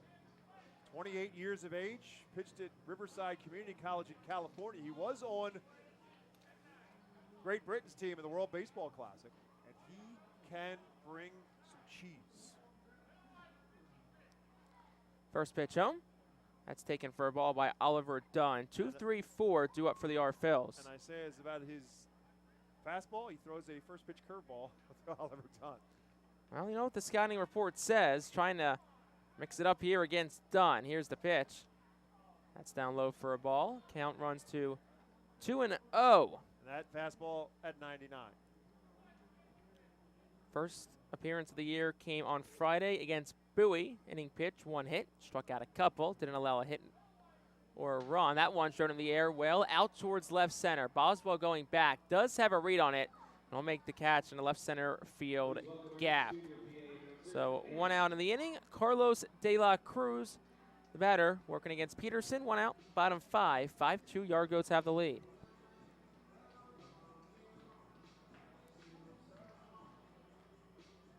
Peterson, who's at 28 years old, spent his first 6 in the Brewers organization. Struck out Nolan Arenado in the Road Baseball Classic on a fastball that got up to 100 miles per hour. First pitch of De La Cruz, slice foul on a fastball that is 100 miles an hour. On cue. First time we've seen the pitch speedometer in center field here at FirstEnergy Stadium in a season hit triple digits. The way baseball is moving, probably won't be the last. That's correct. Pitch to De La Cruz. Goes breaking pitch in there for a called strike 0-2. So one fastball, curveball that registered at 83 miles per hour. De La Cruz, who's 1 for 2 today, has reached base in all 5 games this year. Here's the pitch. That one's hit in the air well, out towards right, and you can kiss it goodbye into the Seidel Auto Group deck. Carlos De La Cruz, his first shot of the season, and the Phillies got the deficit to 2. It's 5-3. You know what they say, the harder they throw, the harder they hit it. And De La Cruz finally gets his first home run of the season. Carlos has done just about everything else with a bat in his hand tonight, but go long ball. And he went long ball on that one. That was a blast. De La Cruz crushed it, first of the year. And also this bottom of the 5th inning brought to you by Cornwall Manor. They offer countless opportunities for staying active, engaged, and fulfilled. It includes a variety of services, amenities, and volunteer opportunities. Pitch to McCarthy Tatum, misses high and away for a ball. And look, bottom of the 5th inning, our Phillies down by 2. Plenty of baseball left to play. And you know that De La Cruz home run certainly injected some life into this offense. 1-0.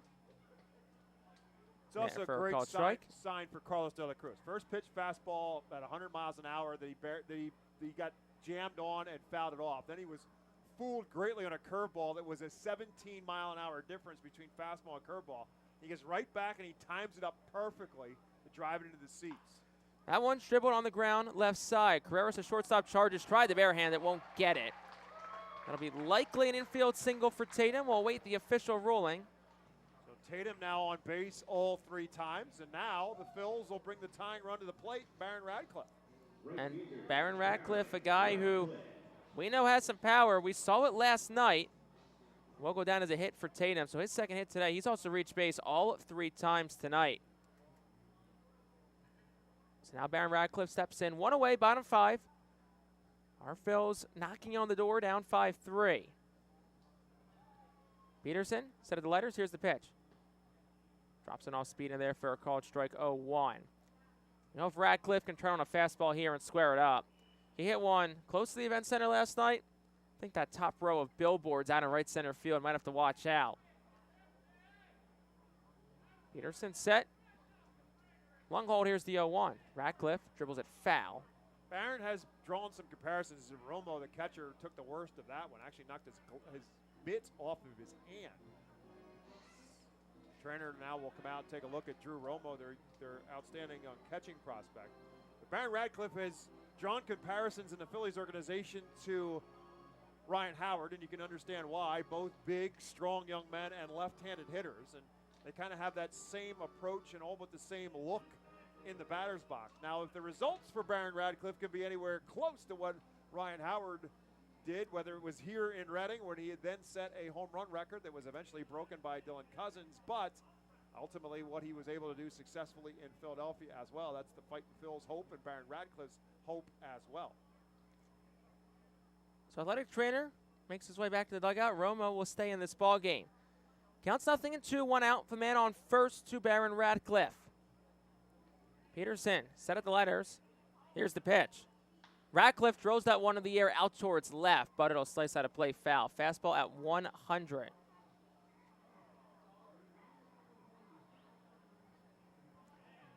So count stays 0-2. Hitting off first is McCarthy Tatum. Carlos De La Cruz had a 1-out home run. And then Tatum reached via an infield single. Hit off the glove of the shortstop Carreras. Here's the pitch. Runner goes. That one is hit up the middle. That's a base hit towards left center. Tatum wheels towards third. Hull put the brakes on there. It's a 1-out single for Baron Radcliffe. Our Phil's runners on the corners with 1 out for Matthew Kroon. Lots to like right there. First and foremost, putting the runner in motion, making something happen, a little hit and run action. But then the secondary piece of that is Baron Radcliffe, the left-handed hitter, lines it up the middle. So not just the dead pull hitter, but he lines that one up the middle, and a clean base hit that allows McCarthy Tatum to keep on running, and the Phils now have the tying runs on base. So Kroon up, men on first and second. 1 out, bottom 5, down by 2. Pitch to Kroon. Swing and a miss. Big swing from him there. Counts 0-1. Matthew had ideas of putting Reading back up on top with that one. After seeing what De La Cruz did with his home run, Matthew Kroon trying to top that comes up empty. Peterson, runners in the corners, set just below the letters. Here's the pitch. That one's hit in the air, out towards center. Going back is Restituyo. Hove a beat on it, make the catch, edge of the track, tagging from third. Tatum will score, and that'll make it a one-run ball game on an RBI sacrifice fly from Matthew Kroon. 5-4 in the bottom of the 8th, in the bottom of the 5th. You do it with a little long ball, and now you do it with a little textbook. You get a base hit, you put a man in motion, you go first and third on a hit and run, and then you get a sacrifice fly. Next thing you know, it's a one-run game. That's good baseball by the Reading Fightin' Phils here with the bats in their hands in the 5th inning. Rijo steps in with 2 outs in the bottom of the 5th. Our Phils down by 1, man on base in Baron Radcliffe. Infield will play Rijo to Poole. Here's the pitch. That one in there for a called strike.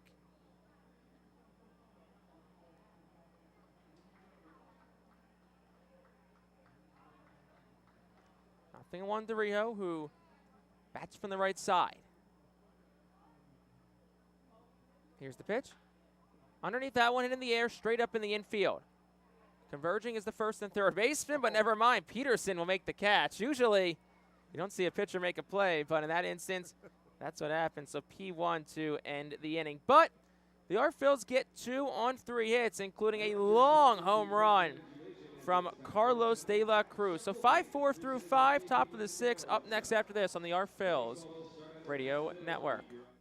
Cornwall Manor is an active senior living community on a 190-acre wooded campus in Cornwall, Lebanon County. The community offers independence and opportunities for wellness and fitness, as well as educational and musical programs, and the peace of mind of having convenient health care on site. Cornwall Manor offers a range of residential choices from apartments to homes. Prospective residents are welcome to visit us for lunch and have a chance to learn more about the community. More information is available online at cornwallmanor.org. Cornwall Manor, celebrating 70 years of senior living. Our Phils fans can continue to expect great performances all season long on the Burke's Commercial Roofing stage. It's the home of great local talent, including the Our Phils mascot band. Burke's Commercial Roofing prides itself on being a locally owned and operated company that puts an emphasis on customer service. They provide free on-site estimates and can handle any size repair, restoration, or replacement. Visit burkscommercialroofing.com or call 610-717-3949 for more information. And don't forget to sit back, relax, and enjoy the show at the Burke's Commercial Roofing stage at America's Classic Ballpark. To enjoy a perfectly crafted 1893 from the makers of Pepsi Cola, you must first appreciate its carefully selected ingredients. A dash of cola nut extract, a hint of real sugar, a splash of sparkling water, and a generous amount of attractive spokesperson. Trust me, I'm gorgeous. Cheers to 1893 boldly blended colas, a delicious balancing act of premium ingredients from the makers of Pepsi Cola. Well, it's the top of the 6th inning. 5-4, Yargoats have the lead as 6-7-8 drew up against Leverett, whose first pitch is in there for a ball, counts 1-0. But Bob, feels like a whole new ball game. Sure does. Get a little offense back in, and to the end of that inning with the pop-up in the infield. Perhaps in Great Britain, the pitcher will make the catch and a pop-up in the infield, but not a whole lot of that happening here in the States, and I would imagine the coaching staff for the Goats will probably talk to Michael Peters and say, look, we're glad you caught it. That's fine. But next time that happens, get out of the way and let your infielders make the catch. Not like the pitchers don't have a glove or anything, and they can use it on occasions. But in those situations, you want the pitcher to stay out of the way, maybe direct some traffic a little bit, let your infielders make the catch. Counts 2-1 to Romo. Here's the pitch. That one's lined out towards left center. Rojas got a good beat on it, makes the catch in the gap just in front of the scoreboard in left center. That's 3 straight flyouts to Johan Rojas. They're keeping the center fielder busy out there. That'll bring Julio Carreras up to the plate. Take a little bit of a look at our organizational update for the night. Unfortunate again for news out of Philadelphia. The Phillies dropped another one, and the Marlins ended up losing 2 out of 3 at home to Miami. They lost it 3-2 in extra innings. Phillies now dropped to 4-8. That's the bad news. The good news is former Reading Fightin' Phil, Bryson Stott, continue to get it done. Hitting streak now in 12 straight games. He had 2 more hits today. Stock continues to heat up. Him and Alec Boehm have been on fire all year long. Here's the pitch to Carreras. In on the hands and in the air towards the edge of the infield dirt. Dunn, the second baseman there, stepping towards first, makes the catch. 2 gone in the 6th for Brett Boswell. Lehigh Valley Iron Pigs are off to a 5-4 start on the season. They are in Durham tonight. They're down 5-3 with Durham batting in the bottom half of the 5th inning. The Clearwater Threshers, the low-A level team in the Phillies organization, off to a 3-1 start, and they're winning again tonight. They're on top of Fort Myers by a score of 3-2, batting in the top of the 7th. And the Jersey Shore Blue Claws, the high-A affiliate for the Phillies, off to a 1-3 start, but they're winning at home against Greensboro tonight, with Greensboro batting now in the 6th at 6-2. Blue Claws on top. That's your organizational update for the night in the Philadelphia Phillies organization, with the exception of the Double-A team, which you know by now, right now, is losing 5-4. In the top of the 6th, 2-0 the count to Boswell. We'll say some of the teams that our affiliates are playing. Here's the 2-0. That one's driven in the air well towards left, but it'll stay in the ballpark for Tatum. Won't make the catch to retire the side. Some of the teams that our affiliates are playing, they have some great names. I'll tell you them on the other side of this break. But it's a 1-2-3, top of the 6th. Our Phil's down 1, but they got some momentum. 5-4. Back after this on the Our Phil's Radio Network. The Reading Fightin' Phillies are proud to partner with Berks County Mental Health and Disabilities Program. Together, we are striking out the stigma in order to raise community awareness about mental illness and suicide prevention with 3 simple words. Are you okay? The help is to begin a conversation to show Berks County that we care. Suicide hurts and affects everyone, but help is here. We will work together to help raise awareness about suicide and identify what we can do as a community to prevent it. People in need of assistance and support should call Crisis Intervention at 610-379-2007.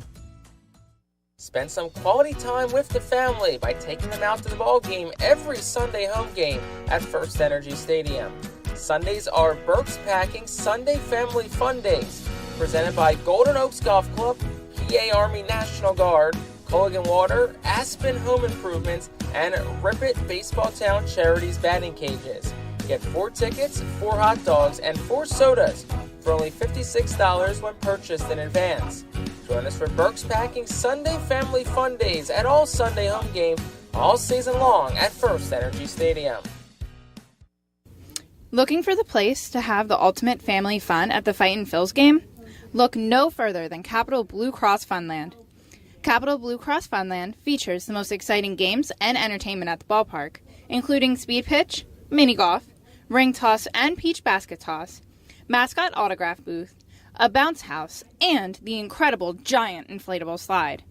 Bring your family to all the fun at their next Our Phil's game at Capital Blue Cross Funland. Bottom 6, 5-4, Hartford with the lead over the Our Phils, but the Our Phils certainly knocking on the door here. We have another Alvernia University Golden Wolves call to the bullpen.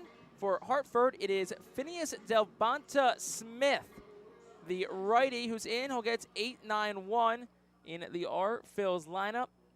Delbonta Smith in his 2nd year with the Yard Goats, and he gets Cody Roberts lead off the bottom half of the 6th. Here's the pitch. Swung in, fouled back. Not a name you come across every day, a very unusual name, but he is a native of Chico, California. Phineas Delbonta Smith is 26 years old. Pitched his college baseball at San Jose State, a 22nd round draft pick of the Rockies back in 2019. Nothing to one the count. Here's the pitch. That one just flared out towards shallow right. Veen started back, then he comes in, and he'll lunge down to make the catch for the first out. That'll bring Pedro Martinez to the plate. You can get Martinez on here, Bob. He's got speed. You turn it over to Rojas, who hit a ball hard last time, has a double tonight as well. Turn it over, man on base, trying to lick some damage. Absolutely. That's the goal right now for the Fightin' Phils. Just get some men on base, keep some damage just like they did last inning. Get some men on base, make something happen. First pitch to A lot of baseball Martinez. left to play. That one misses just outside for a ball, 1-0. Devonta Smith, most of the year of the Yard Goats last year, 5-1 of 3.96 ERA and 36 relief outings for Hartford. Here's the pitch. That one's dribbled towards the third baseman. Burnable fields it, backhanded, short hop by the first baseman. It is scooped by Goodman. Nice play by Burnable at third, 5-3 on the putout to get the speedy Pedro Martinez, but turns us back over to the top to Johan Rojas. 2 outs, bottom 6. Our Phils trail 5-4. It's a tough night for Pedro Martinez. He's been the victim of 3 good defensive plays. Julio Carreras made a nice play on him on a hard hit ball to his right. The shortstop making the play. Got a double play turn against him on a barehanded snag by the pitcher, Nick Garcia, that turned it into 2. And that was a great play by Burnable on a slow roller to his right, and a nice play by the first baseman Goodman as well to make the stretch and retire Martinez. First pitch to Rojas was called for a strike. Here's the 0-1. It's what you for a want called strike. if you're Al Padrique, is to see your 9-hole hitter and Pedro Martinez hit the ball on the ground and make something happen. But the Yard Goats have been equal, and they've made 3 good defensive plays against him. 0-2, 2 outs to Rojas, who's 1 for 3 tonight. Doubled in the second. Hits in back-to-back games for the center fielder. Pitch from Devonta Smith. That one's flared softly out towards shallow right. Diaz, the second baseman, goes back, and he makes the catch, and that will retire the side here in the 6th. No runs, no hits, no errors, nobody left on base as the Phils are down in order. We're 2/3 the way home from FirstEnergy Stadium, top of the 7th. Up next here on the Phils Radio Network. Are you looking for a reliable food distributor to meet all your culinary needs? Look no further than our trusted team at Feaser's Food Distributors. For over 120 years, our products have been sourced from the best farms and suppliers, ensuring that you get the best ingredients for your restaurant or organization. From fresh produce to premium meats, Feaser's supplies everything but the appetite. Visit Feasers.com today to experience the difference in working with a top-tier family-owned food distributor. Feaser's, your partner for success in the kitchen. Looking for a fast and hassle-free way to get your snacks and non-perishable groceries? Look no further than FeasersDirect.com. With just a few clicks, discover the convenience of having your culinary essentials ready for a pickup at our headquarters in Harrisburg. Empowering communities one relationship at a time is our commitment at Tompkins. Our customers have thrived thanks to our focus on local lending and their commitment to the customers they serve. They do a great job, everything for us from our banking, our insurance, to our wealth management. Tompkins has always been there for us. We see a long relationship with Tompkins. They're good people. Tompkins, banking, insurance, wealth. Member FDIC Equal Housing Lender. Investment and insurance products are not FDIC insured, not bank guaranteed, and may lose value. Be the first to know everything about your Red and Fightin' Phils by signing up for the Baseball Town Insider email newsletter. Once you become a Baseball Town Insider, you will receive breaking news about Fightin's promotions, including giveaways and guest appearances, special events, exclusive offers, and discounts on tickets and merchandise, just for being a Baseball Town Insider. Visit Fightins.com to sign up for this free email newsletter. Baseball Town Insider. Stay in the loop and become a member today. Top of the 7th, our Phils down by 1, and Bob, take us home. I will do that as the Reading Fightin' Phils will bring Andrew Baker into the game as the next in line out of the bullpen. Step into your future with Alvernia University Golden Wolves on the call to the bullpen as they'll bring in Andrew Baker, the 6'1", 190-pound, 23-year-old right-hander who can also throw some heat as he hits 100 miles on the radar gun in center field on the first pitch. And then comes back with a breaking pitch, and he's got Eddie Diaz swinging feebly at that. Then he's quickly ahead of Diaz, no balls and 2 strikes. Baker's a guy, I was personally really excited to get a chance to watch in person with that high 90s fastball. Did struggle in his one appearance against Richmond. He opened earned run in 2/3 of an inning. Also walked a couple of batters on Saturday. No balls and 2 strikes to Diaz. This one's way outside. Cody Roberts has to jump out to get it. Great job by Adam Leverett through 2 innings. Went 6 straight retired from in the yard goat lineup. So 2 innings, no hits, no runs, no walks, no strikeouts for Adam Leverett, but he got the job done. And now Phil's trying to hold on and play catch up as Eddie Diaz is retired on 4 pitches. Over for a call, strike 3, caught looking. Eddie Diaz strikes out for the 3rd time in this ball game, and that'll roll the lineup over for Vladimir Restituyo. You got to give credit to Adam Leverett. Did his job, kept the Phils in it. 2 innings of work. No hits, no runs, no walks or strikeouts, but did what he had to do. 6 up, 6 down. And so now Restituyo shows bunt, pulls the bat back, and takes it for a ball. Restituyo 1 for 3 on the night with a double. Also stole a base after getting that double. 1-0 pitch from Baker. Again, to the breaking ball and a weak swing by Restituyo way out in front of it. So kind of locked in on that hard fastball, and then Baker comes back with the curveball and gets ahead, or gets even now in the count at 1-1 Quickly working, and this one is lifted down the right field line. Radcliffe will give it a run, but it'll run out of room as it will hit the seats. Baker's fastball at 98.5. He's been clocked at 100 plus on more than one occasion. He's already hit 100 since he came in, but it's that curveball that can make a difference if Andrew Baker is going to elevate himself as the number 17 prospect in the Phillies organization. The curveball has been clocked at around 85 miles an hour, so a significant difference of a 12 to 15 miles an hour between fastball and curveball, and the curveball is a good one. And on cue, Restituyo just fighting off that curveball, just beats it in the ground and stays alive. 1-2 strikes. Yeah, it seems like these hitters up there expecting fastball, swinging for fastball, because they've all been out on the front foot, way ahead of each pitch, too, from Baker. So we'll see if he sticks with that fastball, or curveball, excuse me, or if maybe he tries to blow a fastball down, because, you know, you use that curveball a lot to slow the hitter's eyes down. So curveball, curveball, curveball, blow a fastball by him next. Let's see what he does. 1-2 strikes.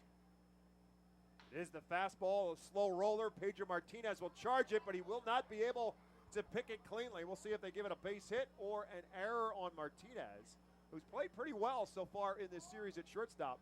But it was a do-or-die play with the speedy Restituyo coming down the baseline. And they will roll it a base hit. So that is hit number 9 for the Goats. They've got a one-out base runner here in the 6th. Brings Zach Veen to the plate. Veen 0 for 3 on the night. You have to keep an eye on Restituyo at first base. Veen swinging at the first pitch will foul it out of play.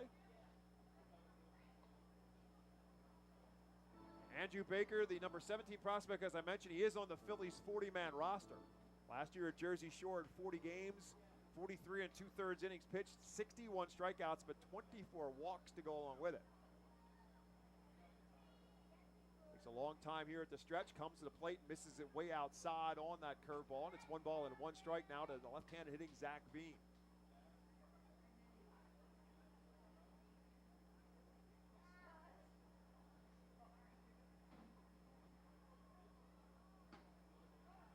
Restituyo takes off. Cody Roberts on the high pitch will throw it down, but it's too high.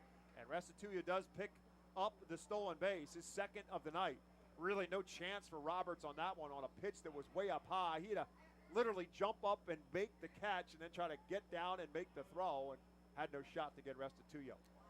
Quick mound visit here between Roberts and Baker. Not sure if it's a settle him down type conversation or if it's a little bit not on the same page type conversation, but I would think it might have to do with signals, because with a runner at second base, as to whether or not they may change up the signals with a runner in a position where he can see what the signals the pitcher or the catcher is putting down. Could have something to do with it. Baker was also taking an awfully long time when he came to the stretch. Could be all of that as a part of the reason why Cody Roberts, the experienced catcher, goes out, has the conversation with his pitcher. He's now fallen behind Veen, 3 balls and a strike.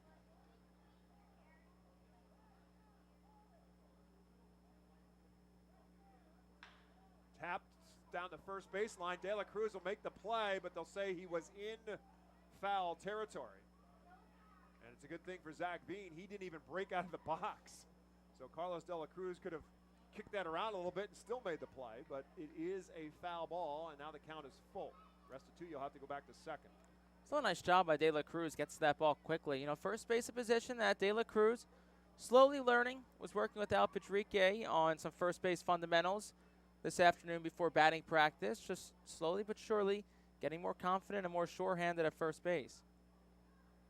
3-2 pitch to the plate, fouled back as Veen stays alive. And speaking of first base in Philadelphia, the injury news with Derek Hall. Derek Hall had his surgery today on his thumb, and the timetable now they're saying is likely 2 months.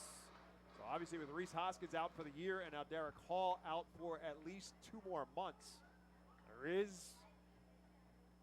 an issue at the first base spot in the Phillies organization. Obviously, Cody Clemens, who was called up from Lehigh Valley, has played some first. They've used Alec Boehm as a first baseman. They have people there that will get them through the time until Derek Hall can get back. And, of course, there's another guy who is getting closer to playing, who apparently was taking some ground balls at first base today, by the name of Harper. Here's one skied in the infield. Oliver Dunn will wait for it to come down.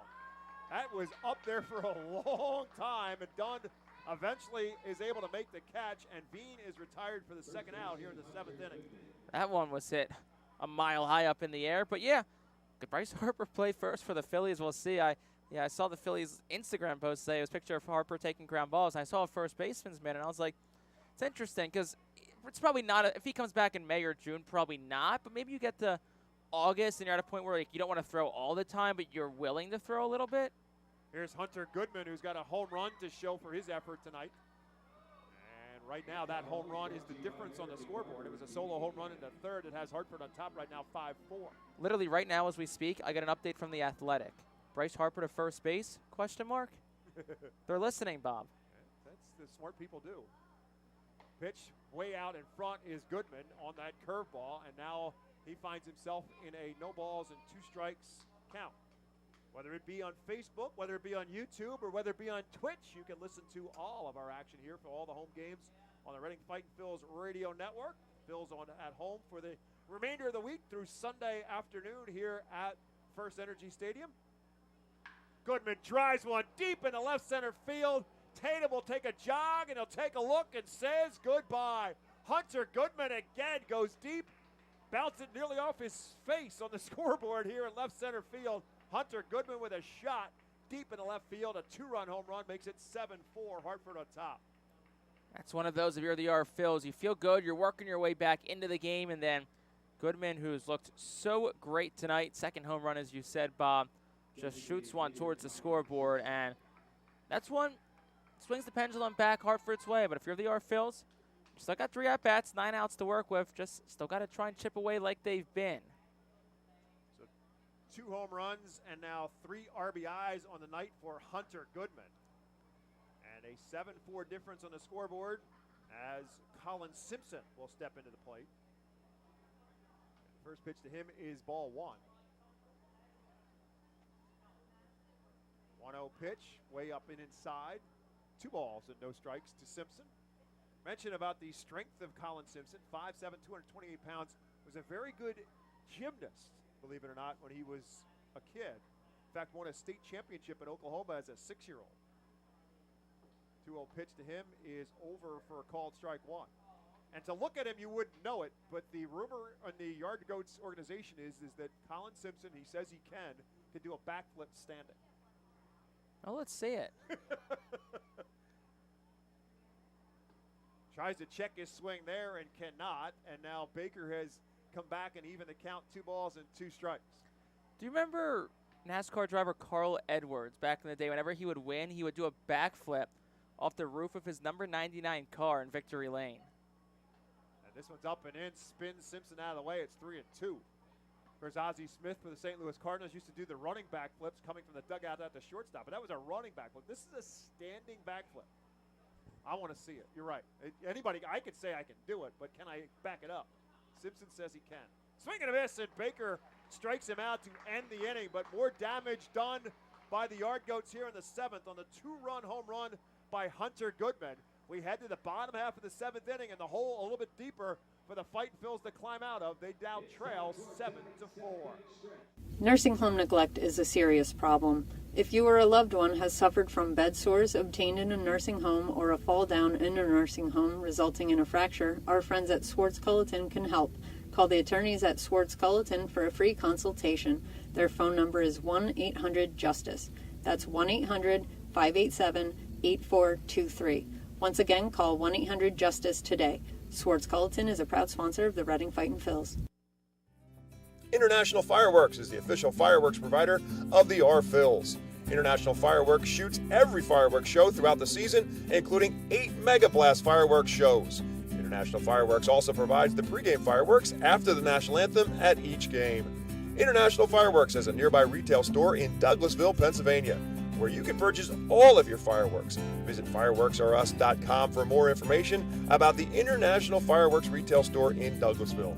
Thanks again to International Fireworks, the official fireworks provider of the R-Phils. There's a weekend in July where the baseball world revolves around a village in upstate New York. Baseball Hall of Fame induction weekend in Cooperstown is an unforgettable experience filled with family-friendly activities and priceless moments. Make your plans today for July 21st through the 24th for the induction of Fred McGriff and Scott Rowland as the class of 2023. Visit baseballhall.org today for the entire schedule. See you in Cooperstown, where the journey becomes legend. 7th inning stretch time, and the Reading Fightin' Phils now down 7-4 as our bottom of the 7th inning is brought to you by Swartz Culleton PC. If you've been injured at work, get justice. Call 1-800-JUSTICE today at Swartz Culleton PC. Phils down 7-4 and 2-3-4 due up for Reading here in the 7th.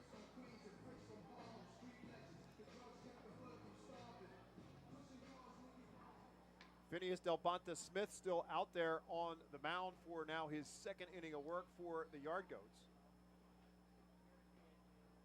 As Oliver Dunn steps in, and the left-handed hitter takes one up high, ball one. Dunn 1 for 3 on the night, singled and scored in the first.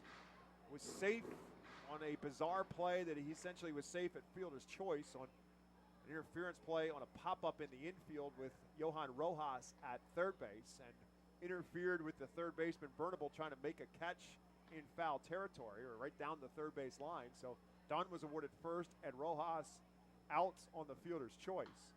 Dunn fouls this one out of play, and Oliver also flew out to left field in his 3 plate appearances. So 1 for 3 on the night.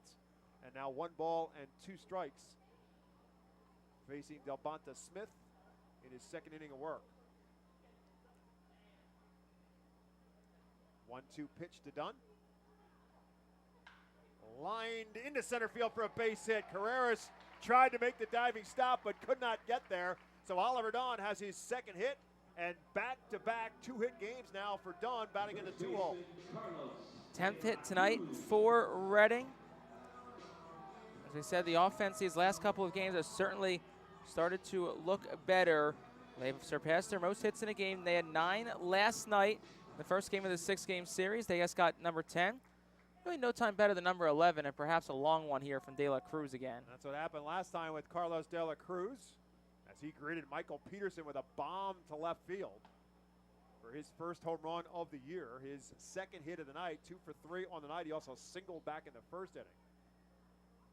De La Cruz now with a team-high 6 hits on the season. His batting average up to .375 with his 2 hits tonight. And he's ahead, 1 ball and no strikes. Dunn takes his lead, comes to the plate, and it's a breaking ball that De La Cruz takes for a called strike 1. It's 1 ball and 1 strike. Watch De La Cruz with that long body of his, those long legs. I think back to, remember Gary Maddox when he played for the Phillies back in the 70s with those long legs and that long stretch as he stands at the batter's box. This one ripped into left field. Is it going to hang up? It will. Brett Boswell catches it on a line, maybe even hit a little bit too hard that time off the bat of Carlos De La Cruz, a rocket, but it stays up, and Boswell retires it for the first out here in the 7th inning. But the exit velocity on those last 2 De La Cruz hits, probably close to, if not over 100 miles per hour, but Gary Maddox, also known as the Secretary of Defense, starting center fielder on the 1980 World Champion Philadelphia Phillies. Impressed I know all that? I am impressed that you know that. Glad you didn't say, oh, he was born, that was before I was born. Because I'd have to throw you out of the window if I said, well, I know it's true. I can name. That doesn't mean you should know who they are. I can go around the horn and name every player that started on that 80 team. Good for you, Jake. I believe that you can. Unlike when we're not sure about Colin Slimpson and the backflip, I believe that you can do that. As McCarthy Tatum bats. McCarthy's been on base all 3 times tonight. 2 hits and a walk. Phil's looking for something from him here. Down by 3. He shows bunt. Drops a beauty.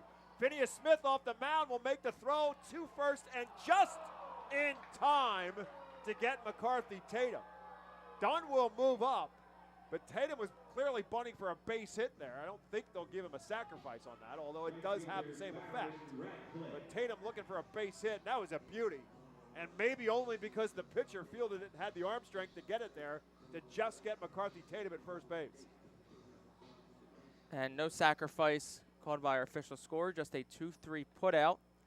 But yeah, I mean, you have to have a ton of zip on that throw to get him. That's the only reason why they got him. That'll bring Baron Radcliffe to the plate. Radcliffe 1 out of 3 on the night with a single his last time up.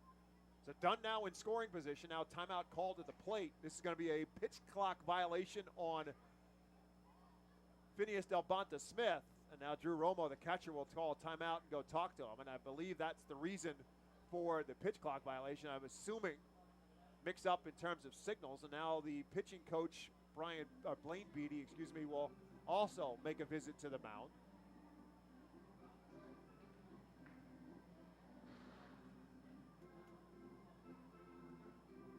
Conversation on the mound with Baron Radcliffe at the plate. This could have something to do with whether or not they want to pitch to Radcliffe, the left-handed hitter, and Kroon in the on-deck circle. Although if you do that, now you're bringing the tying run to the plate. Yeah, no, it's an interesting thing. You got Kroon on deck who had the sac fly, reached base all 3 times, granted once a fielder's choice, a walk, and a sac fly. So the question becomes, do you? But, I mean, Kroon had a home run last night, too. Well, I can tell you it's not a stalling tactic because there's no activity at all in the yard goat bullpen. So it has nothing to do with that. We'll see what happens now. As Phineas Delbonta Smith will now face Baron Radcliffe. He's already behind 1 ball and no strikes. With Oliver Dunn at second base and 2 outs here in the bottom half of the 7th inning. Phil's trailing 7-4. Pitch right there for a called strike. 1 ball and 1 strike.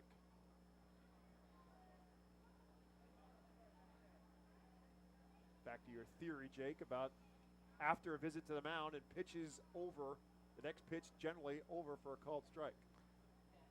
1-1 pitch to Radcliffe. Fouled back behind home plate. Count 1 ball and 2 strikes. I can tell you that there are some coaches and there are some hitters who think that way, who think, you know what, after a pitching visit, I'm thinking dead red right now for a strike coming at me, and are thinking very hitterish, to use an old Richie Ashburn term, after a visit to the mound. 1 ball and 2 strikes now to Baron Radcliffe. This one again tapped foul and out of play. Matthew Kroon in the on-deck circle. Will pick it up, toss it out of play. Shortstop Carreras as close to a second base as he possibly can without being in a violation of the shift rule. He's almost straight up the middle. Gets the left-handed hitting Baron Radcliffe. 1-2 pitch to him. Lifted into center field. Long run for Restituya going back to the track, and he'll make the catch right in front of the fence. So Radcliffe hit it a long way, but not quite long enough, and that'll do it for the Phils in the 7th. No runs, 1 hit. They left 1. We got 7 complete here at FirstEnergy Stadium, and it's Hartford 7, Reading 4 on the Reading Fightin Phils radio network. Nursing home neglect is a serious problem. If you or a loved one has suffered from bed sores obtained in a nursing home or a fall down in a nursing home resulting in a fracture, our friends at Swartz-Culleton can help. Call the attorneys at Swartz-Culleton for a free consultation. Their phone number is 1-800-JUSTICE. That's 1-800-587-8423. Once again, call 1-800-JUSTICE today. Swartz-Culleton is a proud sponsor of the Reading Fightin Phils.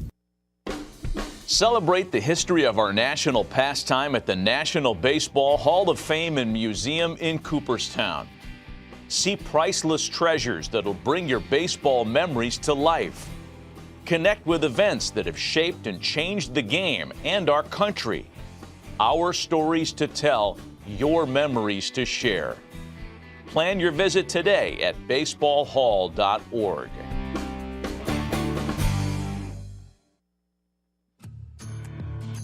The Reading Fightin Phil's birthday package is the best way to celebrate a birthday. Whether you're a youngster or an adult, there's no better birthday than a Fightin Phil's birthday. The Fightin Fan birthday package is customizable for fans of any age and starts at just $130. Base packages include 10 general admission tickets to a Fightin's home game, an autographed baseball, and a VIP reserved parking spot. Fans can also add a wide variety of experiences and options to make sure your favorite Fightin's fan's birthday is a grand slam.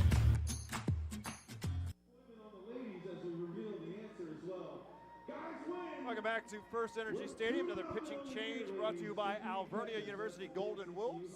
On the call to the bullpen, as the Phils will call left-handed pitcher Keelan Kilgore onto the mound as he becomes the fourth Phillies pitcher to work tonight. Ethan Lindau got the start. We got two excellent innings out of the bullpen from Adam Leverett. Andrew Baker pitched in the 7th inning, gave up the 2-run home run, and now here in the 8th, it'll be left-hander Keelan Kilgore on to pitch for the Phils, as the Yard Goats will send Warming Burnable, Drew Romo, and Julio Carreras to the plate here in the 8th, sitting on a 7-4 advantage.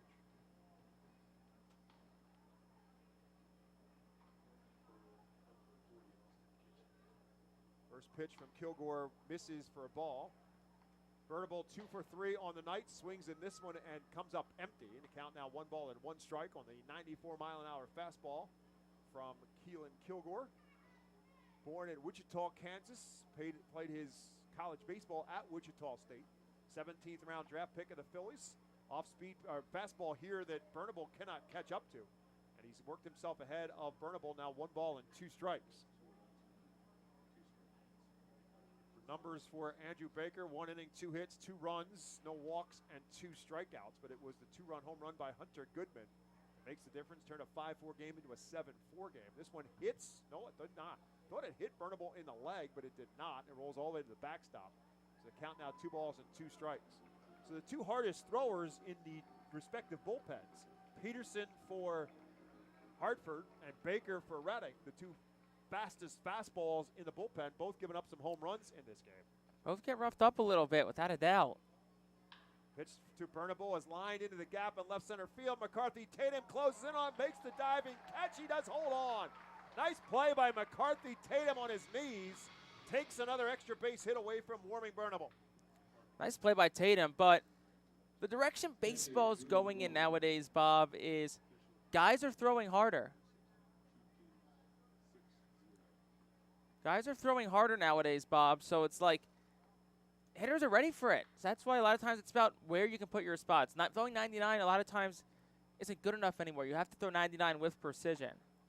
And with some movement as well, if you're somebody who's going to make it to the next level. If that fastball is fast but it's straight, hitters are going to good hitters are going to turn on it. And we've seen that tonight as Drew Romo steps to the plate. He's 1 for 3 on the night. Pitch from Kilgore is ripped, and a nice diving play this time by Matthew Kroon. Leaping off his feet and making the catch far to his left. 2 up and 2 down, and 2 good defensive plays by Reading on the left-hand side of the field. The interesting piece of that is that those 2 respective players are playing in the opposite positions tonight. Last night, Tatum played third and Kroon played left. Now they flip-flopped, and they've maybe found the right combination because they've both made good back-to-back plays as Carreras steps in. He swings at the first pitch, comes up empty at the 94-mile-an-hour fastball.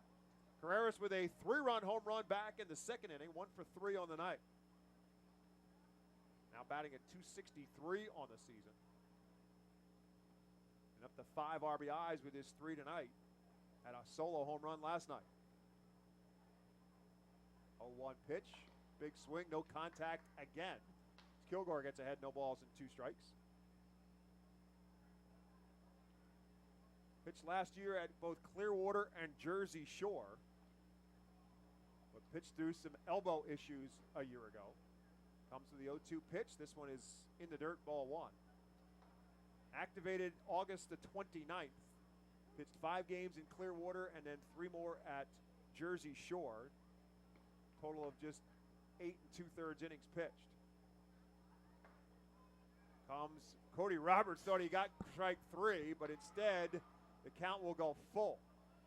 Kilgore and, more importantly, Cody Roberts thought he had strike 3. He was headed to the dugout. Home plate umpire had a different idea.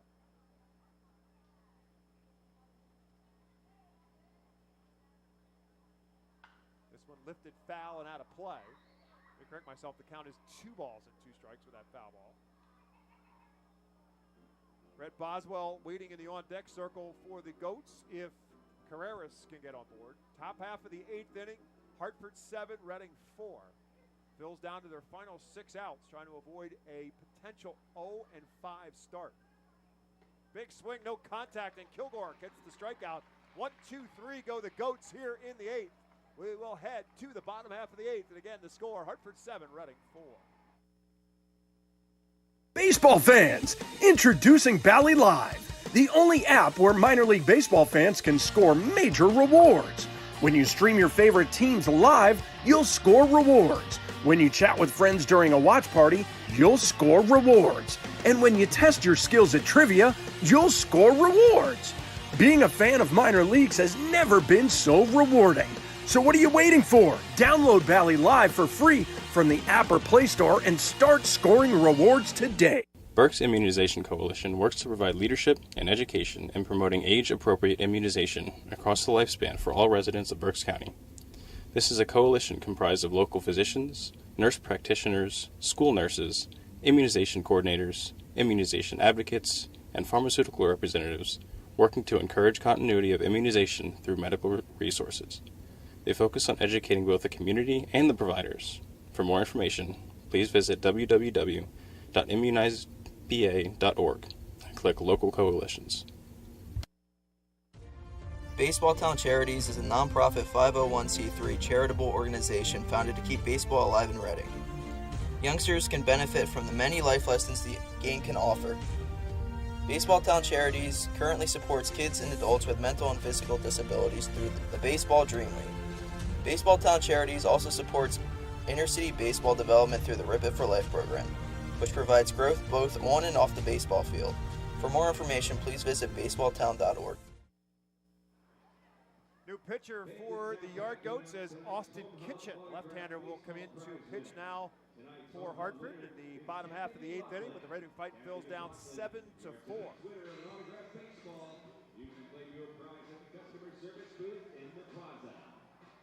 Kitchen for Hartford just looking to 3-run game right now, try and get a hold, get over to a safe situation in that 9th inning, but for the Phils, love to get a couple here at least. Kitchen, 26 years of age, 6 foot, 200-pound left-hander, originally from the city of Pittsburgh. Played his high school baseball at Mount Lebanon High School. Went on to pitch at Coastal Carolina as he faces Matthew Kroon, who drives one into right center field. Going back and looking up, it's off the wall, and Kroon will cruise into second base with a stand-up double. The Redners Event Center has officially been baptized as the high wall out of right center field takes a home run away from Matthew Kroon as it hit about 20 feet up, and the line across the top is about 22 feet. Just a bit too short of the wall, but still a great shot from Kroon, who's swinging a really good bat right now. Chance to the bottom of the Phils lineup to do some damage. So that'll bring up Wendell Rijo, who's struggled in this series to date. He's 0 for 3 in tonight's game, now 2 for 12 on the season. Wendell had a couple of big hits in the series against Richmond, but has not contributed at this stage in this one. He can change that right now with Kroon at second and nobody out, bottom half of the 8th inning. First pitch to Rio, over for a called strike.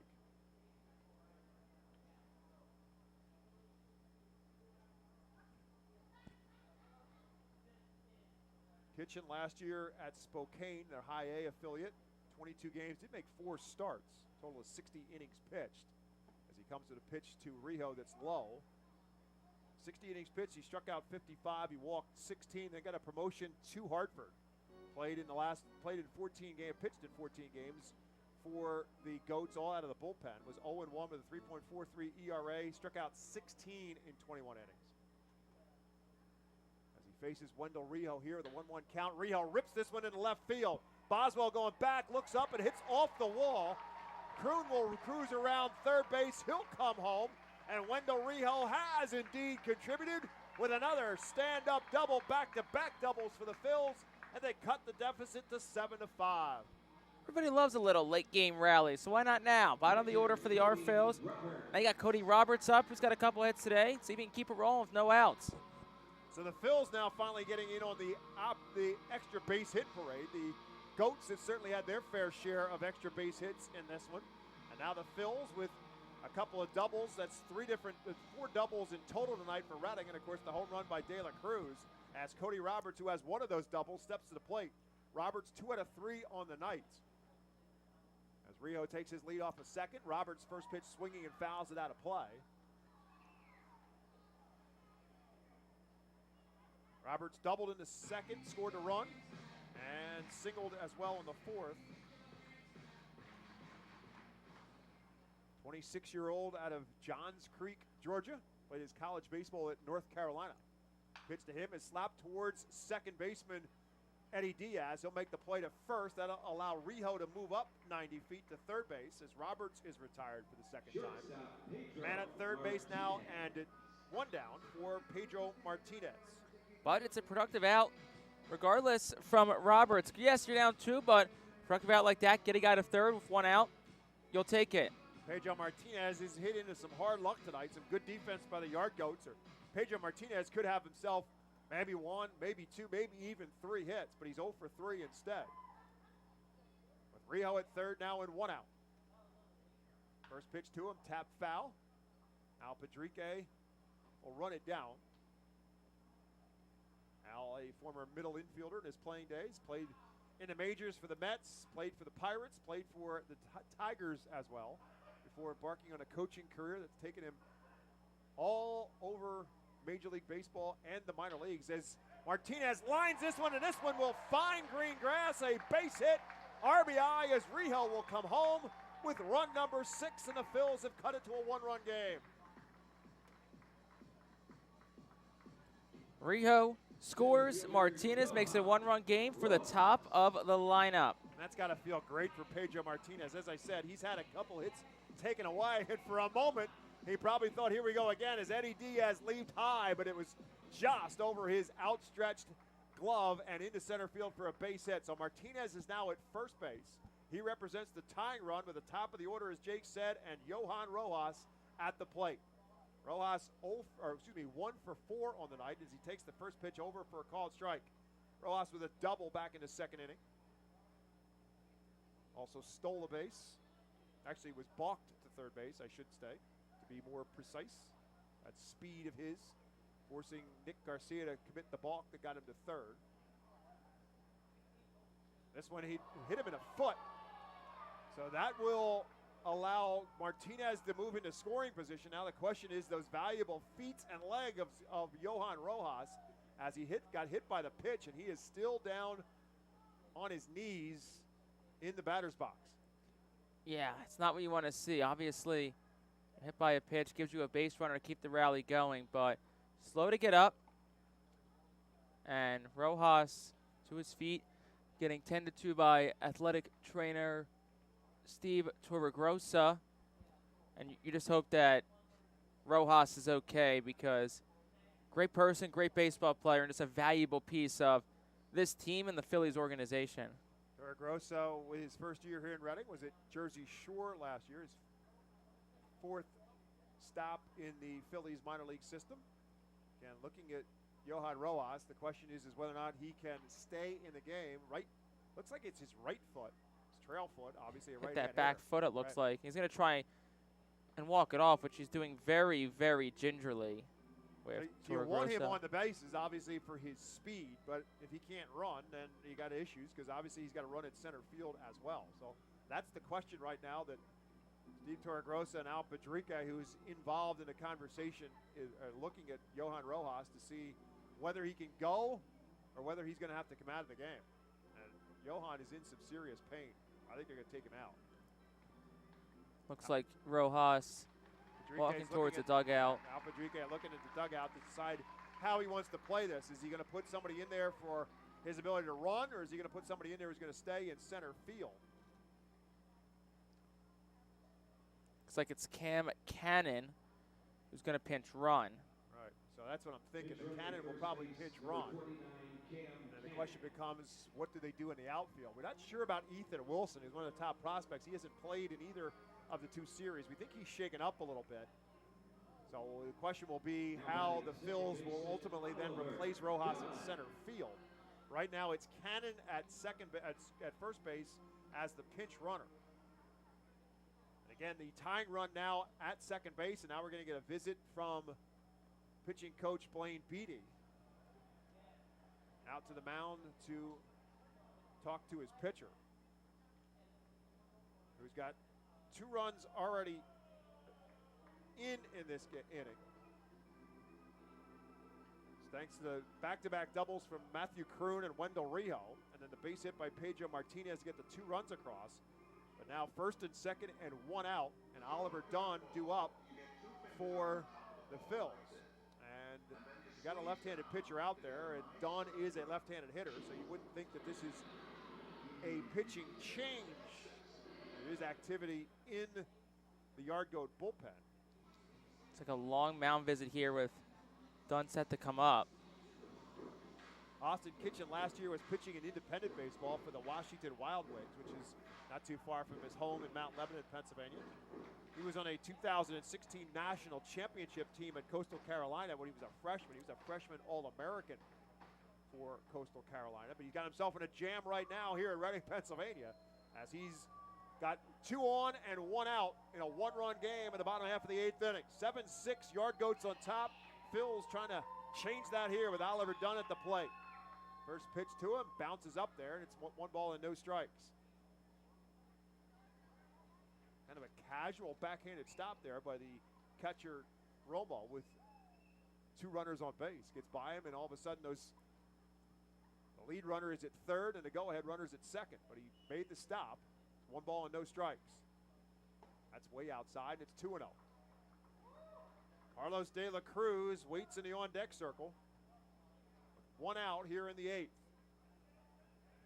Hartford 7, Reading 6. Phil's with 2 across so far here in the 8th.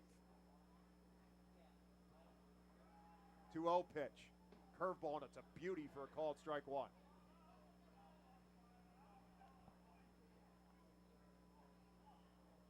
Dunn thinking he's going to see a fastball in a 2-0 spot, and instead he gets the hook from Kitchen, and now it's 2 balls and a strike. Fastball here, and he's behind on it. Now it's 2-2. It's a good changeup of pitches by Kitchen, and now he's got himself even in the count, 2 balls and 2 strikes. Al Padrique coaches at third. Ray Ricker is at the first base coaching box with 2 men on. 2-2 pitch. Curveball and a beauty. He's swinging a miss. Strike 3, and Dunn is retired for the 2nd out here in the 8th. First baseman Carlos De La Cruz. And so now we are going to get a pitching change. So Kitchen there to get the left-handed hitter in Dunn, and we're going to have a call to the bullpen brought to you by Alverna University Golden Wolves. We'll be right back after this pitching change on the Reading Fightin' Phil's Radio Network. Cornwall Manor is an active senior living community on a 190-acre wooded campus in Cornwall, Lebanon County. The community offers independence and opportunities for wellness and fitness, as well as educational and musical programs, and the peace of mind of having convenient health care on site. Cornwall Manor offers a range of residential choices from apartments to homes. Prospective residents are welcome to visit us for lunch and have a chance to learn more about the community. More information is available online at cornwallmanor.org. Cornwall Manor, celebrating 70 years of senior living. Nursing home neglect is a serious problem. If you or a loved one has suffered from bed sores obtained in a nursing home or a fall down in a nursing home resulting in a fracture, our friends at Swartz Culleton can help. Call the attorneys at Swartz Culleton for a free consultation. Their phone number is 1-800-JUSTICE. That's 1-800-587-8423. Once again, call 1-800-JUSTICE today. Swartz Culleton is a proud sponsor of the Reading Fightin' Phils.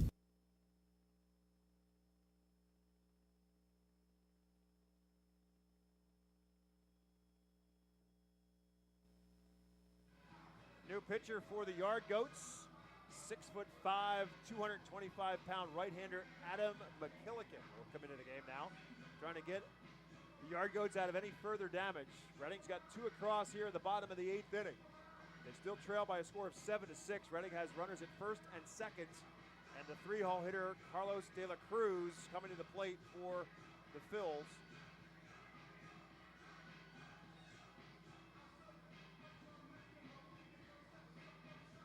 A big chance here for De La Cruz. We saw what he did earlier in the game. Hit his first home run of the season. Be another great time for an extra base hit. McKillican, a native of British Columbia, signed as a free agent, a minor league free agent in 2022 by the Rockies. 25 years of age and 6'5", 225-pounder. Pitched last year at High A Spokane, 32 games, all out of the bullpen. 3-0 with a 1.64 ERA, 44 innings pitched, Struck out 48, walked 18. That's the numbers that are facing Carlos De La Cruz, who's hit the ball hard, and I mean hard his last two times up. One for a home run, the other a rocket right at the left fielder, Brett Boswell, and he swings feebly at an off-speed pitch on the first pitch he sees from McKillican. And he's quickly behind, no balls and one strike.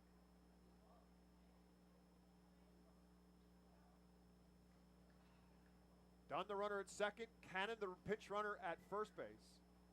0-1 pitch is a swing and a miss and a curveball, and De La Cruz quickly behind, no balls and two strikes. So we're in protection mode here. 2 outs, 0-2. De La Cruz chased the last one. Let's see if, I doubt they put anything in the strike zone here. Off speed, dare him to chase it. So we had a mound visit here. That might be the conversation. Nothing over the plate. See what kind of plate discipline that De La Cruz can have instead. Manor Golf Club was established in 1928. Manor Golf Club is one of the oldest public courses in eastern Pennsylvania, located conveniently between Philadelphia, Lancaster, and Allentown in Sinking Spring. Manor Golf Course offers a true test of golf on a traditional championship-style golf course where shot making takes precedence over length. Visit themanorgolfclub.com for more information. Bottom of the 8th inning, 2 in, 2 on for the Reading Fightin' Phils. They need to try to at least get one more across here. Try to tie this one up. No balls and 2 strikes to count to Carlos De La Cruz. Pitch tapped towards the right side and through for a base hit. Dunn is getting waved around. The throw to the plates will not be in time. Carlos De La Cruz with an RBI single, and we're tied at 7-7. Hey, look, everyone sees De La Cruz, and it's like, it's going to go long, hit the ball far away. How about that? Other way, on the ground, through a hole, ties this ball game up. One thing Patrique said yesterday to us in our pregame interview was the fight this team had. We've certainly seen it tonight. I said it was done. It was Pedro Martinez who scored that run for the Phils to tie it at 7-7. Now the Phils trying to make sure they're not done. They've tied it up with McCarthy Tatum at the plate. Tatum 3 out of 4 on the night. 2 singles and a walk. Was out trying to bunt his way on his last time up. Still 2 on, 2 outs. First pitch to him, low ball 1. So De La Cruz with his 2nd RBI of the night, his 3rd hit of the night. Cam Cannon, the pinch runner at second base. De La Cruz now at first. McCarthy Tatum, the right-hand hitter at the plate. 1-0 pitch. Ripped down the left field line and hooking foul. Off-speed pitch, and Tatum was all over it, but just a little bit out in front of it and hooked it foul. See, I brought up the Manor Golf Club, and right away you got to get a hook. Looks like my golf game. Try to overcompensate for the slice, and you start hooking it. Defense playing Tatum pretty much straight away, both in the infield and the outfield. 1-1 pitch. Big swing, comes up empty and late on the 94-mile-an-hour fastball. And now McCarthy Tatum finds himself behind in the count, 1 ball and 2 strikes.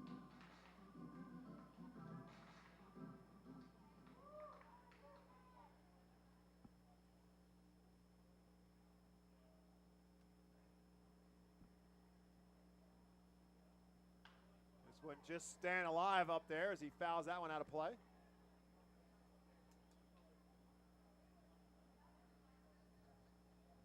McCarthy just a couple inches away from having a perfect night on that bunt base hit.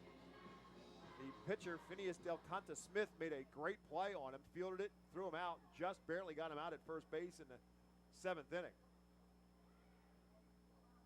Big swing, comes up empty, and that will do it for the Phils here in the 8th. But they do put 3 across. They do it on 4 hits, and they more importantly have tied up the game. They do leave 2 on base. We're headed to the top of the 9th, and we're now tied 7-7 at FirstEnergy Stadium.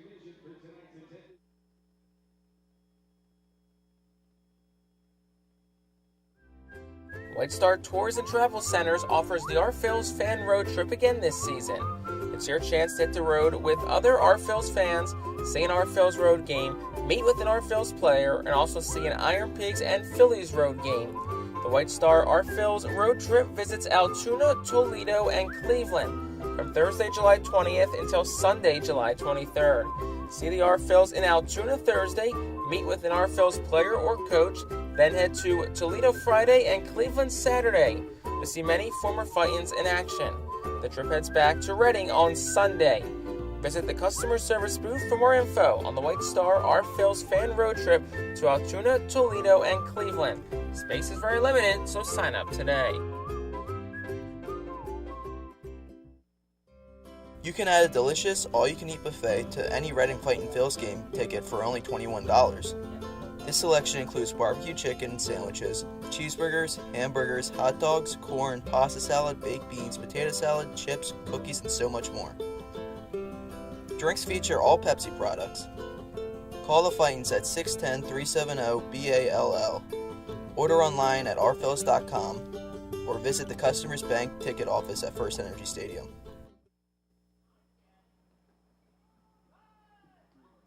Defensive changes for the Fightin' Phils. As Cam Cannon will stay in and play second base. Oliver Dunn moves to third. And I believe it's Matthew Kroon now who will take over in center field for Rojas, who again was hit by the pitch. PSU presents tonight's attendance report. Tonight's attendance here at FirstEnergy Stadium in Game 2 was 2,260. PSECU proud to be one of the largest credit unions in Pennsylvania. Tonight's official attendance presented by @PSECU. Thank you, fans, for coming out for another night, a beautiful night here at the ballpark. As the Reading Fightin' Phils are now in a 7-7 tie, as Brett Boswell will now bat here to start off the top half of the ninth inning. Facing Keelan Kilgore in his second inning of relief work for Reading. And he is in a 1-1 count, quickly comes back with a pitch. Big swing, no contact for Boswell. Left-handed hitter Boswell finds himself 1 ball and 2 strikes. Kilgore went 1-2-3 in the 8th, trying to do the same here in the 9th. Keep it where it is and see if the Fightin' Phils can win their first game in the bottom half of the 9th inning. Boswell fouls this one straight back. We got word this morning from former Fightin' Phils radio broadcaster Steve Degler that to his records, going back to 1992, which was Steve's first year in the booth here in Reading, that Reading had never been 0-4 going back at least until 1992. And making sure and trying to hope that they didn't get to 0-5. Right now in a 7-7 tie as Kilgore misses this one up high. Now it's 2 balls and 2 strikes. Yeah, the closest was the 06 Our Phils, who dropped the first 3 and eventually 6 of its first 7. Boswell 2 out of 3 on the night with a couple of doubles. This one a little chin music to get him out of the way, and it's now 3 balls and 2 strikes.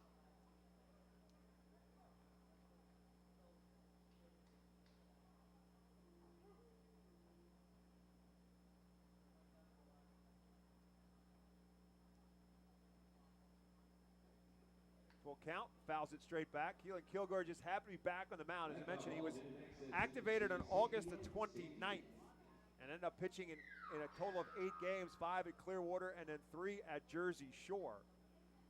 He was a Florida State League All-Star in 2019 with Clearwater. Of course, COVID wiped out the 2020 season and then did not pitch last year. He had elbow surgery and missed the entire season. In 2021, he had elbow surgery and then missed a good portion of last season, as I said, only being activated on August 29th. Here's a big swing as a high cheese comes up empty, does Boswell. And back-to-back strikeouts now for Kilgore. That's 1 out here in the 9th. So Keelan Kilgore gets his second strikeout. As he goes high heat, Boswell could not catch up to it.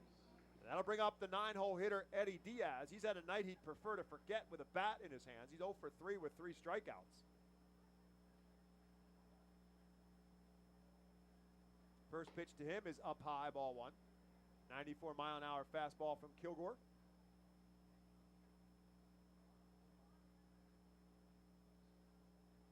Phil's back in action tomorrow night. 6:45 is again the first pitch. Right-hander Case Williams will be on the mound for Hartford. And Mick Abel will get his first start in baseball town here in 2023. First start over the weekend in Richmond was not good for Abel. Had some control issues, did not get out of the first inning. Try to rectify that tomorrow night here. First pitch again at 6:45. 1-1 pitch again up high. So Kilgore's missed up high, and he's had some success getting the Yard Goats to chase up high as well. But now he finds himself behind in the count, 2 balls and a strike. Works from the stretch. 2-1 pitch, fouled straight back, and now it's 2 balls and 2 strikes.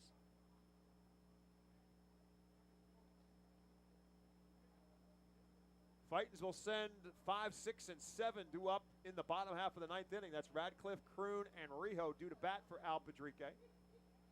Question will be, will they have a chance to win it, or will they have to fight from behind? It's tied 7-7 with 1 out here in the 7th. Excuse me, 1 out here in the 9th. I got 7s on my mind, but that's 7-7 score up there. 7 runs on 10 hits for the Yard Goats. 7 runs on 14 hits and 1 error committed by the Phils tonight. As Diaz keeps himself alive by fouling off another pitch. Kilgore reloads. And again, foul. This one not. So he actually stays in fair territory. Roberts out in front. Nice play by the catcher, Cody Roberts. Bounces out of there and fires a bullet to first base in time to get Diaz for the 2nd out here in the 9th. What a play by Roberts. Strong throw like we kind of saw from the Hartford side an inning or 2 ago with that strong throw as well. And Cody Roberts is known for his arm strength. He is an outstanding thrower of the baseball, and he's got some pop in his bat. We've seen that tonight as well. As Vladimir Restituyo now steps to the plate. 2 out of 4 on the night. He drives one deep in the left center field.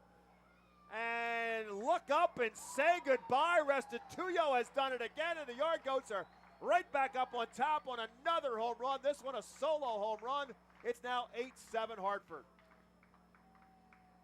Restituyo, what a swing to left center field. Gave that one certainly a ride. Out towards the scoreboard. Puts Hartford back up, and Hartfield's been resilient all night. They'll have a chance again in the bottom of the 9th to try and someone's going to play hero. As Reading's got Radcliffe to lead off that inning. Restituyo was 3 out of 5 last night. He's 3 out of 5 again tonight with another home run. A single, a double, and a home run tonight.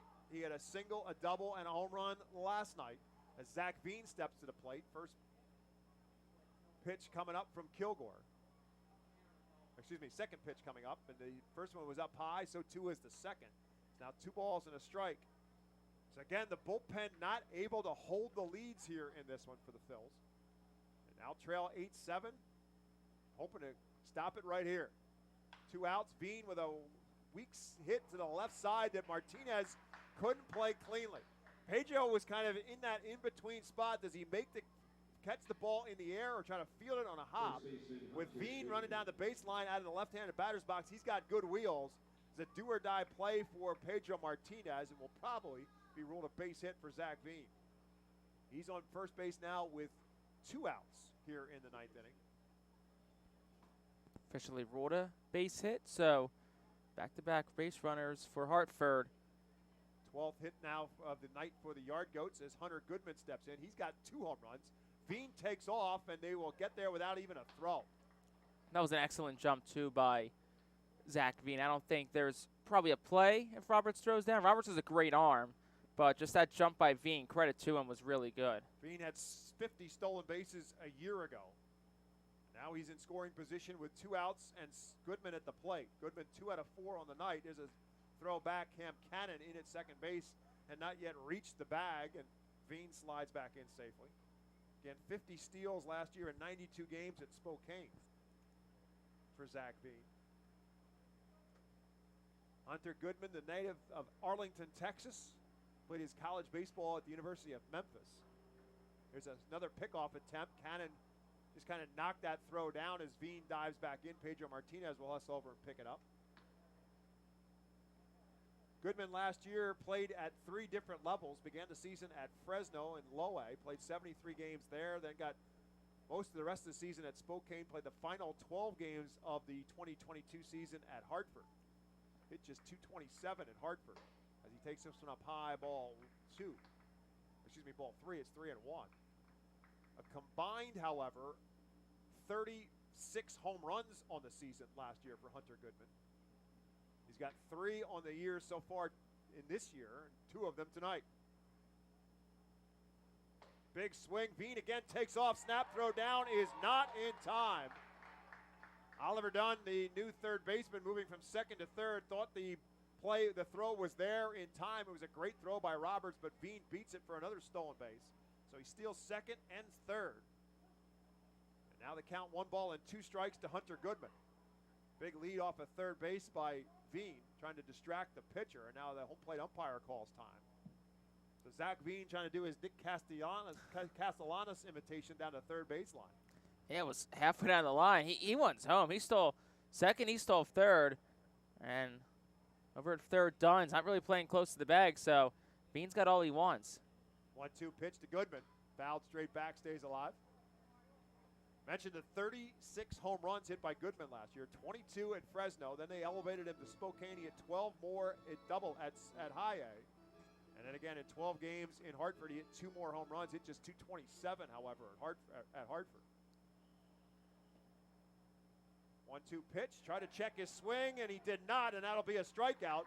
And that will retire Hartford in the 9th. But again, they do the damage.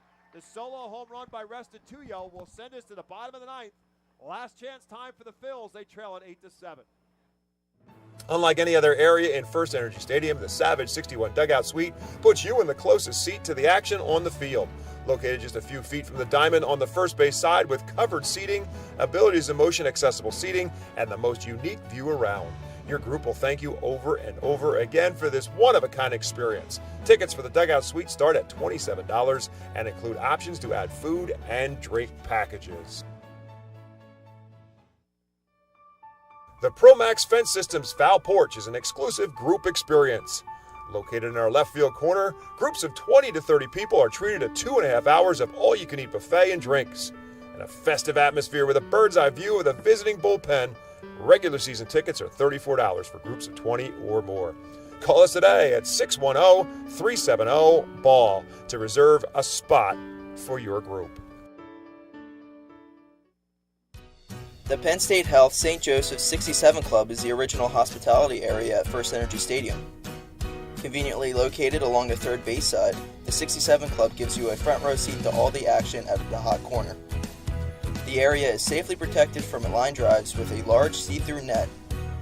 Starting at $34, groups of 20 or more can enjoy a 2.5-hour all-you-can-eat buffet. Children 4 and under are free. Visit rphils.com or call us at 610-370-BALL to reserve your group outing today. Reading Fightin Phillies trying to get that elusive first win of the 2023 season. They're down to their final 3 outs here as they come to plate in the bottom of the 9th inning. Adam McKillican will stay on the mound, try to pick up the save for the Yardgoats. Actually, he's in position to get the win if he can hold on here and get 3 outs after the Yardgoats scored the run in the top half of the 9th inning. Baron Radcliffe, Matthew Kroon, and Wendell Rijo, the 3 due up here for the Phils. As Baron Radcliffe steps in, he is 1 out of 4 on the night with a single back in the 5th inning. Baron hitting at .267 now on the season. Had the solo home run last night on a blast up and over the Redners Event Center, and now the new piece of the landscape here at FirstEnergy Stadium. 2 balls and no strikes now to Radcliffe. Tapped down the first base line, but fielded in foul territory. Hunter Goodman tried to keep the feet in play and make the catch and make the tag at first base. But he was indeed in foul territory, so now the count 2 balls and a strike to Radcliffe. Barron last year at Jersey Shore played 104 games, hit 17 home runs and with 49 RBIs. This one again tapped foul and out of play. He did strike out 163 times and 346 at-bats last year at Jersey Shore. He has cut that down so far to start. He did strike out in the first inning, but he's been making pretty good contact so far through the first 4, now 5 games for the Phils. Takes this one outside, good eye there, and the count now full at 3 balls and 2 strikes. Drew Romo, the catcher, thinking that pitch caught the corner. Home plate umpire Jay Young Kim with a different idea, so the count is full now to Radcliffe. Comes to the off-speed pitch and misses outside, and Radcliffe gets himself on board. That was his job. Get on board, make something happen. So McKilligan, who came in to get the final out of the 8th, surrenders his first walk, and the Phils put the tying run on board for Matthew Kroon. Kroon 1 out of 3 tonight. Excuse me, 1 out of 2. He walked in the first and a sacrifice fly and an RBI in the 5th, doubled and scored a run in the 8th. First pitch to him. It's low, ball one. So Radcliffe not a threat to run at first base, you would not think, in a one-run game. Hoping that Matthew Kroon can find a gap or drive one deep. Nobody out here in the bottom of the ninth. 1-0 pitch. Big swing, comes up empty. 1 ball, 1 strike.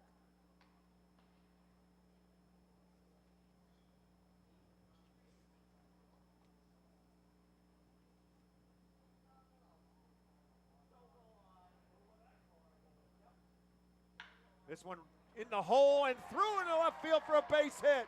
Carreras dives but comes up empty as Matthew Kroon comes up with his second hit of the night. The Phils have their first 2 on here in the ninth. Hit number 15 on the night for Reading.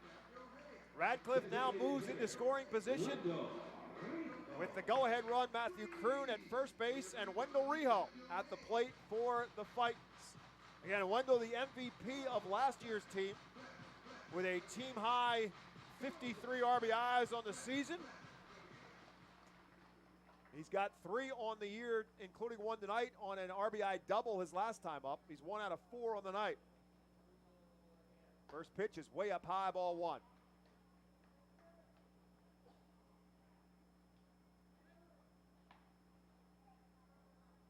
Restituyo, the center fielder, is shifting well over into the left field side of center field for Rijo. Opens up that right center field gap. 1-0 pitch. Low and away, ball 2. 2 balls and no strikes. Cody Roberts in the on-deck circle for the Fightins.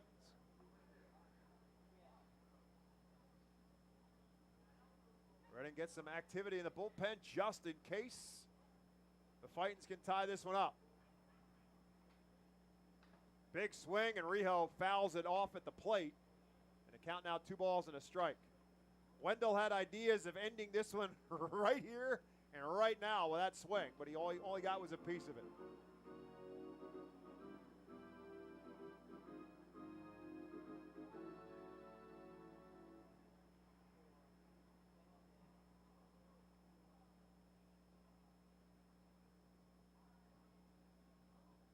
Two 2-1 pitch. Lifted into left center field. And a long run, but will making the catch is Boswell. Radcliffe with a good heads-up play will tag up and move up to third base. It's a great heads-up play by Barron Radcliffe. With 1 out, he's now 90 feet away from tying this one up. So Rijo with the drive and a great jump by Boswell. Off the bat, you thought maybe it was going to find the gap, but it just held up enough, and Boswell able to run it down. But Radcliffe alertly tags up and moves up to third base. So runners now at the corners for the Phils with 1 out here in the ninth. Cody Roberts at the plate. Roberts 2 out of 4 on the night.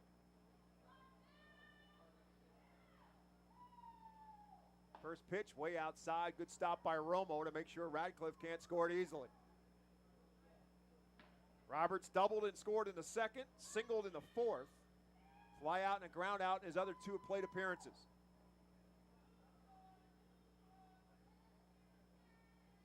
One-0 pitch. Can't time up the off-speed pitch, way out in front of it, and now he finds himself in a 1-1 count. Again, the yard goat's playing him pretty well straight away, both outfield and infield. 1-1 pitch, way outside, it's 2-1. Restituyo, the center fielder, up a little shallow if Roberts can drive one, and that's what Cody's thinking right now. At least get it out on the grass somewhere. A fly ball ties up the game. 2 balls and a strike to Cody Roberts. This is low, and it's 3-1. Pedro Martinez in the on-deck circle for the Fightins. With 1 out here in the ninth. Hartford 8, Reading 7. 2 on, 1 out.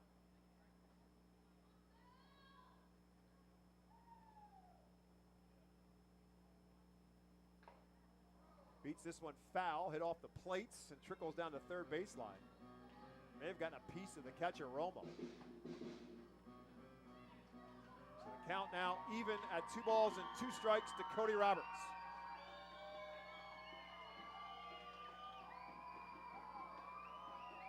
Roberts last year at Bowie had 39 RBIs and got the promotion to Norfolk. Went 9 for 24 at AAA Norfolk last year. 2 balls and 2 strikes. Swing and a miss. He struck him out. Big strikeout there from McKilligan as Roberts strikes out and the Phils are down to the last out.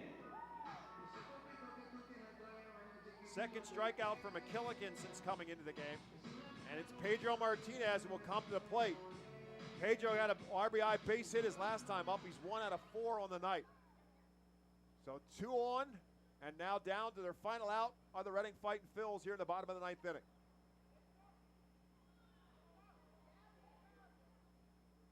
Big swing, and Martinez comes up empty. A little bit of an uppercut swing there for Pedro Martinez.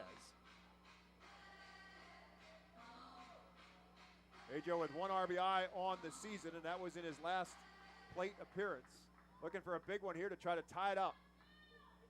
0-1 pitch, fouled out of play. So McKilligan again working ahead. Gets himself in an 0-2 advantage on Pedro Martinez, the 9-hole hitter. Martinez can reach. Cam Cannon is now in the on-deck circle. Came in for Johan Rojas, who got hit by a pitch earlier and had to come out of the game. No balls and 2 strikes to Pedro Martinez.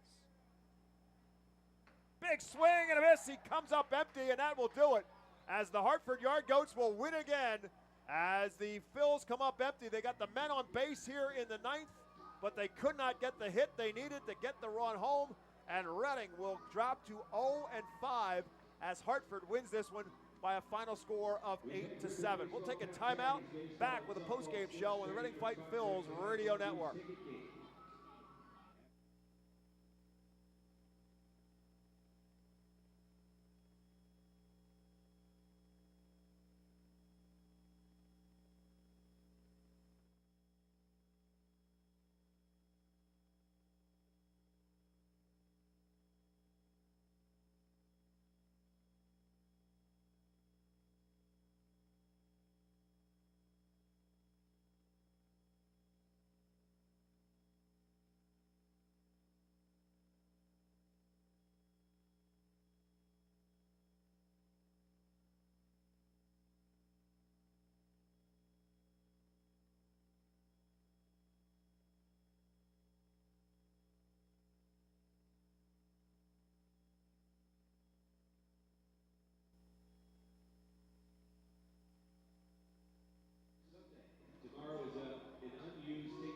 Frustration continues for the Reading Fightin' Phils as they cannot get the run home in the 9th inning to tie up the game. Reading comes back a number of times in this baseball game, but when it's all said and done, it's a 5th loss for Reading, fifth straight loss for Reading to start the season. Hartford now goes to 3-2. The big blow, Vladimir Restituyo with the home run in the top half of the 9th inning. That's going to go as the winning run in the ball game. Vladimir Restituyo making it an 8-7 game with the home run. McKilligan ended up getting the win in this one. And Kean Kilgore will get the loss for Reading. In his work in relief, he gave up the home run. Long ball, the story of the game. Lots of hits for both teams. Hartford ends up with 8 runs on 12 hits. They left 7 men on base. Reading with 2 more men left on base tonight. That's 11 total men left on base tonight for the Phils, who ended up getting 15 hits on the night. But again, when they needed a big one in the bottom half of the 9th inning, they just couldn't get the hit they needed. They got 1 from Matthew Kroon after Baron Radcliffe walked, so they hit the first 2 guys on base. And then a fly ball by Wendell Rijo with a heads-up base running by Radcliffe got him to third with 1 out. But the Phils end up getting back-to-back strikeouts as McKilligan retires Cody Roberts and Pedro Martinez on back-to-back strikeouts and preserves the win. And the Phils, unfortunately, now fall to 0-5 as a result. So 7 runs on 15 hits for Reading. They committed 1 error in the game, and again, they left 11 on base when it's all said and done. So the Phils will try to do it again tomorrow night. Again, 6:45 is the first pitch time tomorrow night here in Reading. Case Williams will go for Hartford.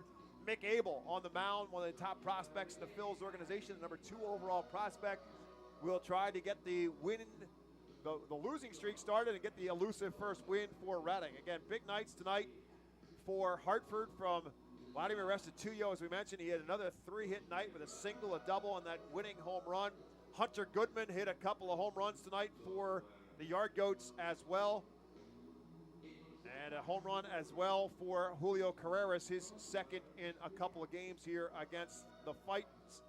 For Reading, Johan Rojas with a couple of hits. He was on base twice with one hit and also on base by way of hit by pitch. That's the good news. The bad news is he had to come out of the game. We'll have to see whether or not he will be able to go tomorrow night or not. He had to come out after getting hit in the foot in the top half of the 8th inning. Oliver Dunn with a couple of hits for the Phils again in the 2-hole. Carlos De La Cruz with a couple more hits tonight for the Phils, including 2 singles and his first home run of the season. McCarthy Tatum with 2 hits and on base 3 times tonight. Baron Radcliffe on base twice. Matthew Kroon on base twice with a couple of hits and a walk. Wendell Rijo with a double. Cody Roberts with a couple of hits. When it's all said and done, 15 hits for Reading, but 11 men left on base, and unfortunately for the Fightin' Phils, another in the loss column. And the 4 spot for Hartford in the second inning, one of the big thorns, and that was a 3-run home run by Julio Carreras. But what again, the game-winning hit coming off the bat of Vladimir Restituyo with his 3rd hit of the night and the solo home run in the 9th that proves to be the game winner. Hartford again goes to 3-2 on the season. Reading drops to 0-5 on the year. So that'll do it for our broadcast here on the Reading Fightin' Phils radio network. Again, we'll be back at it tomorrow night. Pregame show on the plaza, just inside the Tompkins Vis Plaza, just past the Brentwood Team Store. As you come on, our pregame show will be on the air at 6 o'clock and live on Facebook. And then we'll be back on the air with the pregame show at 6:30 on our radio broadcast. And first pitch here at FirstEnergy Stadium is at 6:45. For my colleague, Jake Starr, my name is Bob McCool. As always, thanks for listening to Reading Fightin' Phils Baseball. Hope to see you tomorrow night right back here at the ballpark. Have a great night, everyone.